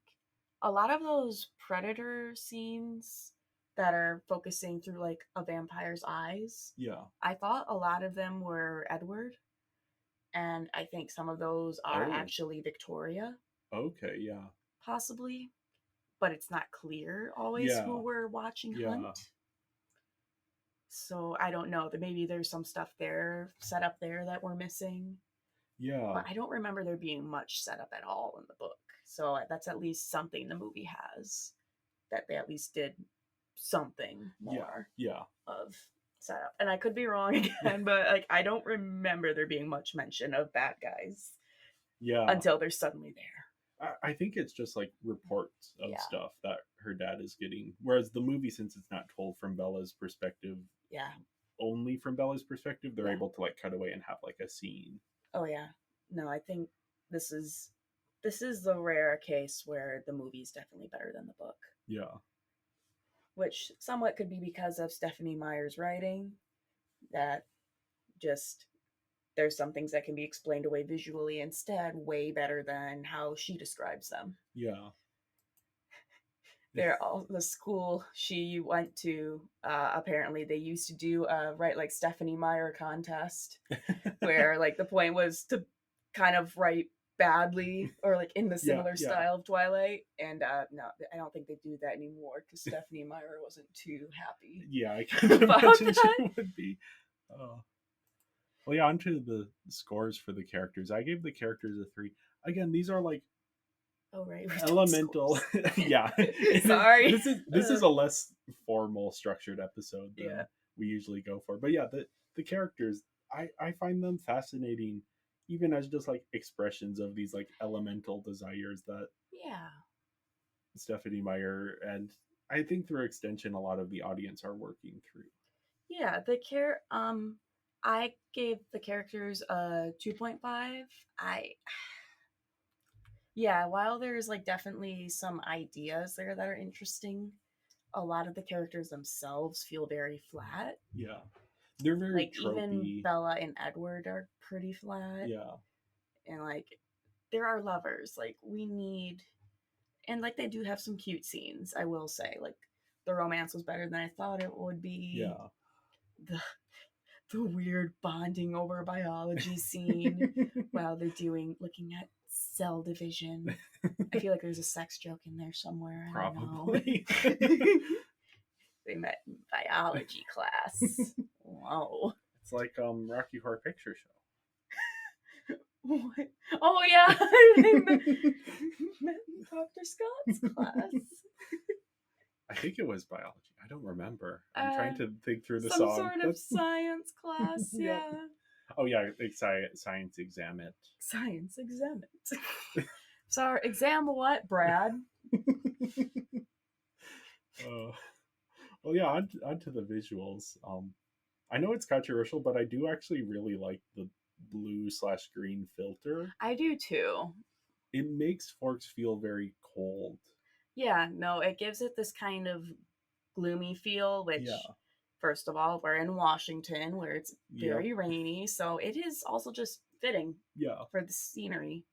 But yeah, no, with the tone, it's like this is a very moody movie, and I mean, there's vampires, so I don't know. I think it was also partially practical, because listening to the audio commentary, one of the things that they would point out is like, oh yeah, in this scene we had really good weather, which we didn't want, so we had to like go back and like color grade it. Okay. And there's like a scene, like the scene, I think it's in the parking lot, when the car like skids in and Edward stops.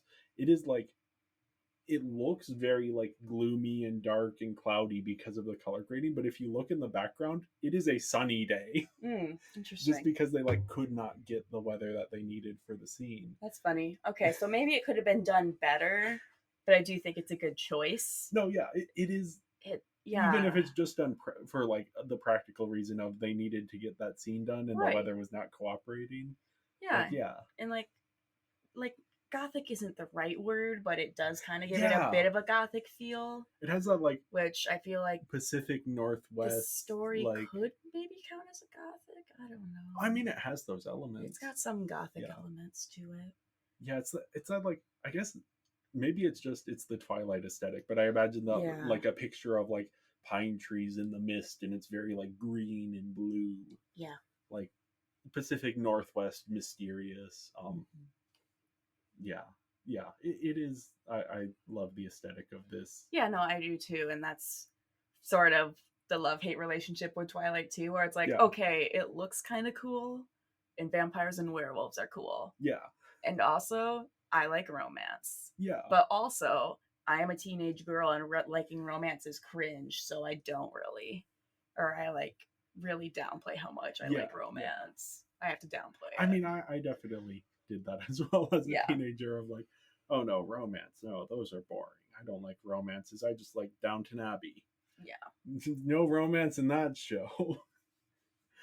No, I just felt like whenever I like expressed around my family like liking boys or anything, it was just kind of like a, oh, she's boy crazy, or like, oh, she likes this boy, or it was just, Yeah, or and like there'd be like a lot of teasing around it if I gave like specific names and stuff. So yeah, it just kind of turned into like a shutting down. It's like, okay, fine, no romantic stuff. I'm not talking to you guys about that at all.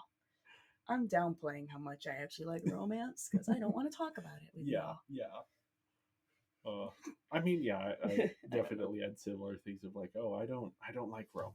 I'm Yeah. anti-romance. But then I'd like the stuff I was interested in and watching and reading was like, oh no, that's just romance. Oh yeah, That's not. absolutely. All of it. So much of it was Uh, like, yeah, the desire to be desired is strong. it is, and yeah, the everyone in this movie is like styled very uniquely. Like Yeah. the vampires all have like an otherworldly look to them. Yeah, no, but it's pretty good. Yeah.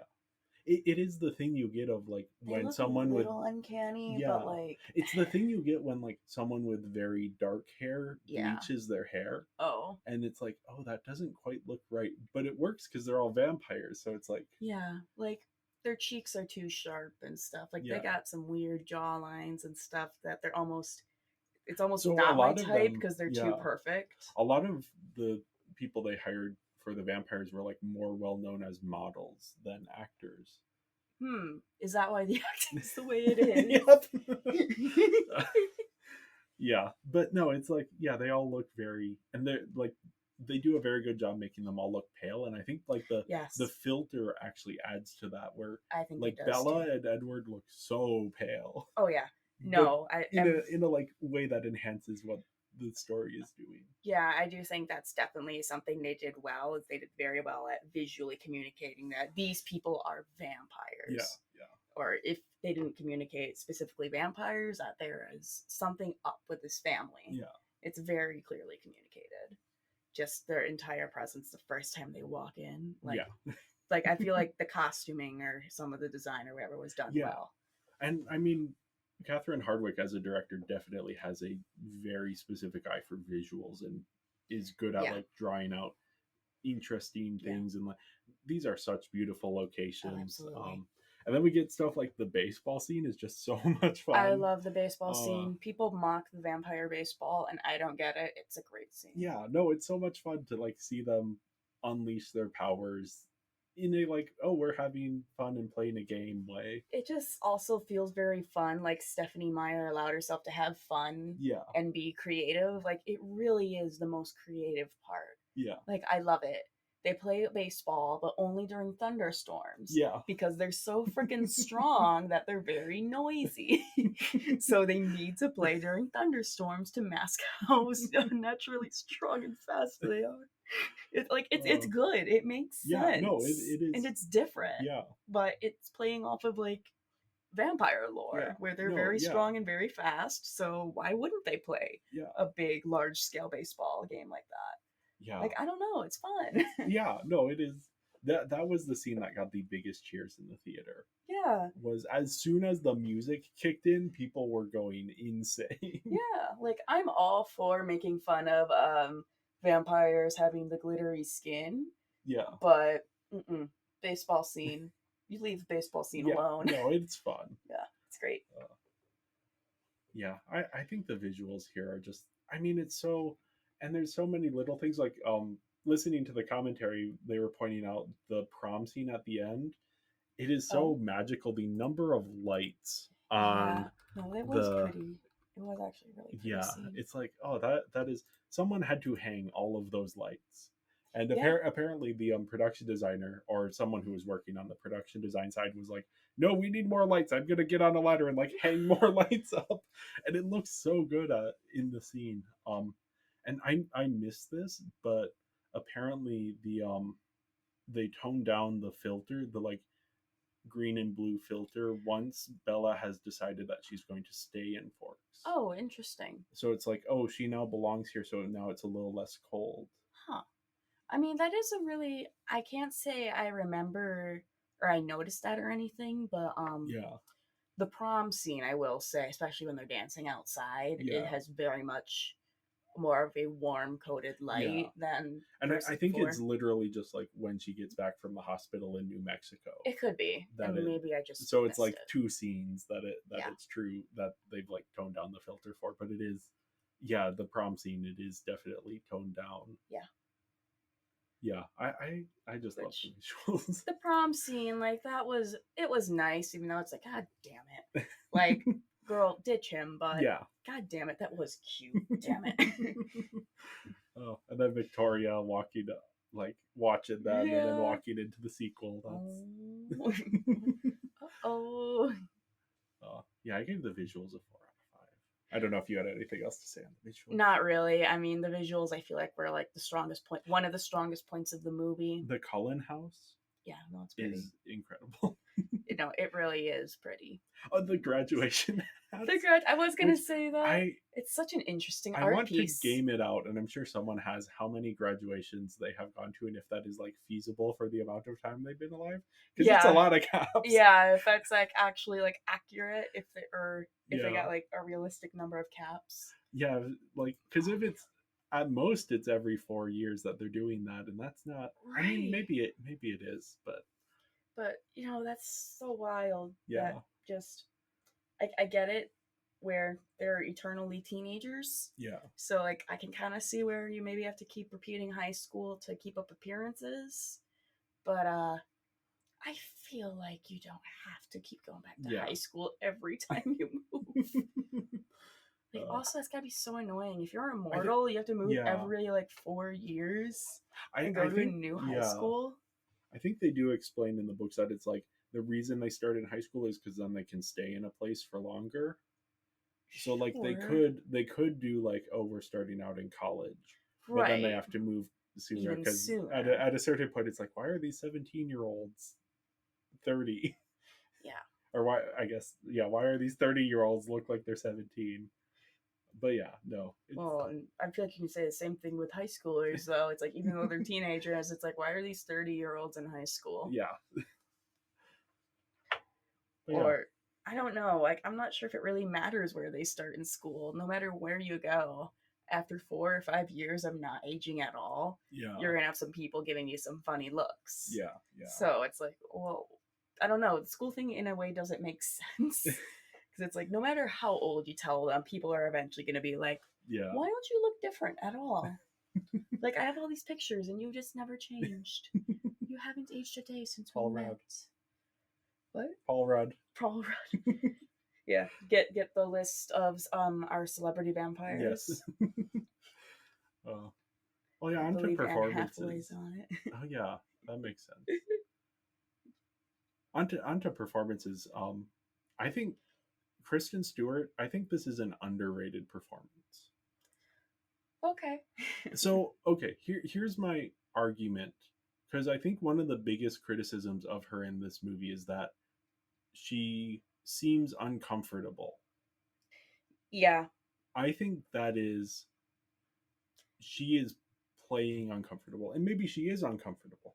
Yeah. But she is doing such a good job of like selling how, because you read the books, Bella is not a comfortable character. No, Bella is really awkward. And I think Kristen Stewart as an actor is just phenomenally good at selling social anxiety. Yeah, like Bella is painfully awkward to watch, but Bella is painfully awkward to read about too, so... I think she is like a perfect fit for this role, and she is playing the role, like she is doing it as written. That's again, just my interpretation of it, but I do think people see her in the movie and interpret it as, oh, she is uncomfortable to be on camera. She started out as a child actor. She is not uncomfortable to be in front of cameras. I think that is a performance choice of hers to act uncomfortable because that is how the character is supposed to be. Yeah, and so yeah, that could be just hard to judge because of that element to it. For me, my issue is more with her like delivery. I feel like her line delivery is just very flat, and I feel the similar way with Edward. Okay. I feel like a lot of people have very flat line delivery. That might like, partially be the dialogue writing. Itself isn't great either, but then I think the delivery of or how some of these lines are said does not help. Yeah, especially the vampire reveals. that I think is just partially like, I don't know how as an actor you play that scene. Yeah, I mean that one could very much be the dialogue itself. If it was written differently, it could have been better. Well, even just like, how do you portray a scene where a character is telling you, "I want to kill you," and you are like, "Oh, I'm into that." Yeah, but that's not. That's like, also that's a writing problem, not a character performance problem. Yeah, and it is like performance is a mix of so many things of like writing and directing and actual what the actors are bringing.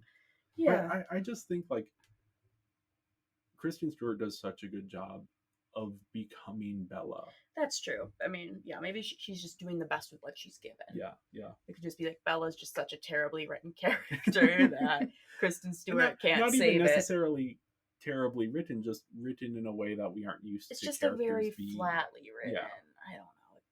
I don't know. Yeah. I think my interpretation is more so that like she is playing Bella. She is playing the awkwardness that we don't usually see in movies. Yeah. Like movie dialogue doesn't sound like actual conversations because it's very cleaned up. You're removing the awkward pauses or the like talking over each other. Yeah. And I mean, sometimes they don't do that, but you know, people don't talk like Quentin Tarantino movies. So when you are watching a movie and it doesn't sound like a Quentin Tarantino movie, you go, "Oh, this is kind of weird and awkward." But it's like, no, that's actually like closer to what, like, yeah, we're not used to seeing people feel awkward on camera. Unless they are actually awkward on camera. So when it is like, oh no, Bella is incredibly awkward and feels uncomfortable, that reads as like Kristen Stewart must be awkward and uncomfortable. Or that her performance is bad. Yeah. It's when it's like, no, that's how this character is really. Yeah. And I think with Robert Pattinson as well, like the way I've heard people describe it is he is like a barely restrained animal in all of his scenes, that he is like, I mean, he has such an intense look. Yeah. I will say that is something that is done well, is the way these two look at each other is crazy intense. Yeah. So like, no, that part of the performance is really good. Like they really sell the horny. Yeah. And like his physicality is just very like, you get the sense of like there's something more to this guy and some like power that he has not. Yeah, he's very good at playing the mysterious bad boy. Yes. Emo Batman. Emo Batman. Edward Cullen. Yeah, I think it's very telling that both of these actors got so much hate for this movie, but have gone on to become very well respected. Yeah.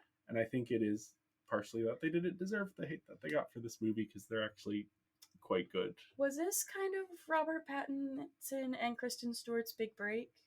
Because Taylor Lautner was already popular by this point. They had both been in things. At this point, Kristen Stewart had been around for a while. She was in the David Fincher film Panic Room. She had been in a few other things. She started out as like a child actor, right? Because they were filming stuff while she was still 17 for Twilight. Oh, she was like actually 17. I think most of it was filmed when she was 18. I mean, that's pretty freaking close. Yeah. No, it is. It is close. If she was actually 18. Yeah. Wow. But then, Robert Pattinson had been in a few things as well. He was in the Harry Potter and the Goblet of Fire. Oh, that's right. Of course. Cedric. But for both of them, this is kind of their first big starring roles in a big Hollywood movie. Yeah. And like Taylor had already had some big roles, but this was also a huge for him too. Yeah. then we have a whole bunch of people. We don't have to get into no. all of them. Yeah. Elizabeth Reeser as Esme. I've seen some other stuff recently with Elizabeth Reeser, and she's just kind of fun. Here, she doesn't really get to do anything. Yeah, not really. Jackson Rathbone as Jasper. A lot of this is just how the character is written. Like he looks like he is holding something in. Well, he is. He is. He's doing a good job, but it looks. Yeah. This is the type of thing of like the Bella. Kristen Stewart as Bella being uncomfortable reads to me as like, oh, this is a really good performance. With Jackson Rathbone, I'm like, oh, maybe he's doing it a little bit too much. Like he looks like he is physically uncomfortable in every scene he is in. Yeah, I mean, I'm willing in a way to give that's a little distracting. Like anytime they cut back to him and he just looks like. Yeah, he's a little unnerving to look at, but also like they have very much set it up that he is doing his best to hold back from attacking Bella. Yeah. So it's kind of fair, but also we've set up basically the same expectation for Edward. Yeah. That Edward also feels that way around Bella. But also Jasper is the baby, Jasper is the baby of the group, so it's somewhat understandable, but no, that's fair. Yeah. I can see where it's distracting. I think the difference between him and Robert Pattinson is the way that they're able to sell that restrained. That could be. And Jackson Rathbone may be best known besides this for being in. I think he might have been, but he was also in the M. Night Shyamalan live action Avatar: The Last Airbender movie. He played the one Sokka. No one talks about. Yeah. Oh boy. Interesting. I've never actually seen that. Okay. That's interesting because John hasn't seen it either. So every time I bring it up, I'm like, I didn't realize these are the same people. And John's just like, oh, yeah, I haven't seen it. Listen, I've never bothered just because it has such a terrible reputation. Yeah. It's like, why would I? I am an M. Night Shyamalan defender. Like, I mean, I've heard I love Lady in the Water, which is one of the considered a terrible movie by most people. Avatar: The Last Airbender is not a good match for that material, and it is not a good movie. So even as someone who loves M. Night Shyamalan's films, even the ones that other people hate, Isn't he the one that does like all the crazy twists and stuff? Yes. Yeah. See, I like that kind of stuff. Yeah. He has. We don't have time for me to. I know. I'm sorry. Yeah. Tangent. I've already taken us on too many tangents. Oh no, that is I am known for going on tangents on this podcast. So no, feel free to cut down any of my like random tangents. I too much work to cut too much down. that is my I have a laissez-faire approach to editing. I figure, hey, at this point, we did a 3.5 hour episode on Bionicle lore, God. We can go a little bit into Twilight tangents. Oh yeah, absolutely. Yeah. Billy Burke plays Charlie Swan. He's just such a perfect fit for the character visually. Again, like it's one of those things where he seems like a flat character in an awkward performance, but that is also kind of the character. Yeah. There's so many awkward characters in this movie. Yeah. Like, maybe that's why so many people might just hate Twilight because they don't understand that there's just a lot of awkward characters in this movie. That's like, no, this is how these characters are written. Yeah. It's like, that's actually an accurate portrayal. I thought it was interesting. One of the things from the audio commentary, not to keep bringing that up, but apparently that's he wasn't originally supposed to have a mustache. And then Billy Burke was like, hey, can I try doing a mustache? And they saw the mustache and were like, okay, no, this has to be. It's very dad. Yeah. Especially cop dad. It is the perfect look for him. Coded. Yeah. A lot of great people, a lot of people who have done other things, Anna Kendrick. Oh, yes. Michael Welch has done some other stuff. Oh, Gil Birmingham, who plays Billy Black. Mm-hmm. He is just an incredible actor. I love him anytime he shows up in things. I believe, if I'm not mistaken, he is the only actor who is in both Twilight and the Transformers series. He played a minor character in one of the later Transformers movies. Interesting. Yeah. He gets a fun line in that one, but he has like 2 scenes in it, so it's not like he shows up a whole bunch. But it is interesting that both series have such a big cast but don't have a ton of overlap. Yeah, I think for me the performances, I really like a lot of the performances and I think that they are accurately portraying what they are supposed to portray, which is maybe not what people were expecting going in. Yeah, and maybe that's somewhat like I gave performances a 3. Yeah. And yeah, no, maybe my problems with performance may be just because these aren't well written characters to begin with exactly. So then those flaws are kind of coming through. Because yeah, no, as we're talking, a lot of the things I have a problem with are actually just character traits. Yeah. And it's just like, oh no, these characters are just flat. Yeah. That's really what it's coming down to, it seems like. Yeah. I gave the performances perhaps a bit high of a score at a 4. Yeah, I was a little surprised when I saw that. I like Kristen Stewart and Robert Pattinson in this, and their performances kind of bump up my score a little bit. Oh yeah, no, I don't. Yeah, I feel like they have the 2 best performances, which I mean, that should be that's good. Yep. That's a good thing. I don't know if they're quite the best because I do really like Billy Burke as Charlie, but yeah, they are definitely doing what they need to do and selling it very well. Yes, in my opinion. No, they are selling it. And then the sound. Yeah. I know there's the soundtrack that goes with the movie. It's got some bangers on it. But no, even the music in the movie I thought was like pretty good. It seemed like it was a little light on music in some spots, but no, there was like good music. Yeah, I think Carter Burwell did really good with the score, and especially like the Bella's lullaby, which recurs throughout things, and it's a very, very well written piece of music that just evokes Twilight. Yeah. Like the vibes it's going for. And I actually have been using the soundtrack occasionally to fall asleep to. Oh. So it actually showed up. My Spotify Wrapped is like half Twilight soundtrack songs because I use it to fall asleep. My Spotify Wrapped was all my like sleeping playlist. It messed up my algorithm permanently. Yeah. Yeah, no, it is a great score. I very much like it. And yeah, the song selections are very good as well. They were able to get some really interesting songs here. And then every band who was on the soundtrack saw like a jump in sales. So by the time the next movie was coming around, people were auditioning their band to be part of the soundtrack. Yeah. Because they wanted that like Twilight boost. And this could be not true, but apparently My Chemical Romance was approached to be on one of the Twilight soundtracks, and they said, fuck no. Yeah, that wouldn't surprise me if they were approached, because they definitely fit like the vibe. Yeah. But yeah, I gave the score a 4 out of 5.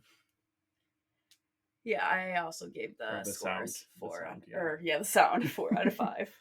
Well, yeah, that leaves me with a final score of 18 out of 25, which is a 72% or a 3.6 5-star rating. And it looks like I ended up with a percentage of 68% or a 3.4 star rating. So, I mean, honestly, like 3.4 is not a bad score.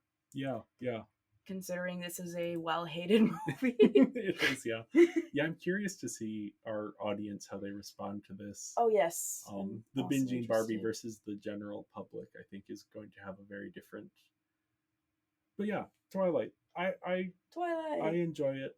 I was surprised how much I enjoyed it when I first saw it a few months ago, and now getting to do a podcast about it and talk through some of my feelings has been a lot of fun. It's a great movie to watch with other people and laugh at some of the silly things but it's also holds its own pretty well. I would say that kind of changes further on in the series, but the first installment is like actually good. I wish more people appreciated it and that we didn't just all crap on Twilight because it's vampire romance. Yeah, I think it's interesting. I'll need to find the exact quote because it's a famous quote, but Quentin Tarantino said when the Twilight movies were coming out that he respected them a lot, even though he didn't understand them, because they were clearly not made for him, and they are the types of movies that he could never make, but they resonate so much with a certain audience. Honestly, I appreciate that, and I wish I wish more people, especially men, could have that attitude towards it instead of just trashing on stuff that's like, or not meant to, I'm sorry, but like made more specifically for like a female demographic. Yeah. Like, can we just not shit on everything that's made for like a female demographic, please? Yeah. It's, again, that is partially the gender stuff that we are exploring with this podcast. But I feel I feel like it's just a huge part of this Twilight phenomenon, and especially the amount of people who just bash on it endlessly. Well, yeah. On that note, thank you everyone for listening. Make sure to follow us on social media. We are Binging Barbie podcast on Instagram and Tumblr, Binging Barbie on Serialized, and Binging Barbie, a Barbie movie podcast on Letterboxd. And if you enjoyed this episode, make sure to leave a 5-star review and go join our Patreon where you can get episodes a week early. I will be back next week with special guest Samariel to talk about the Twilight Saga, New Moon. Ooh. And until then, dying in the place of someone you love seems like a good way to go. Bye, Barbie. Bye, Bella. Just like Jesus. Just like Jesus. Find the Christ figure. It's Bella. It's Bella. Bella's the Christ figure.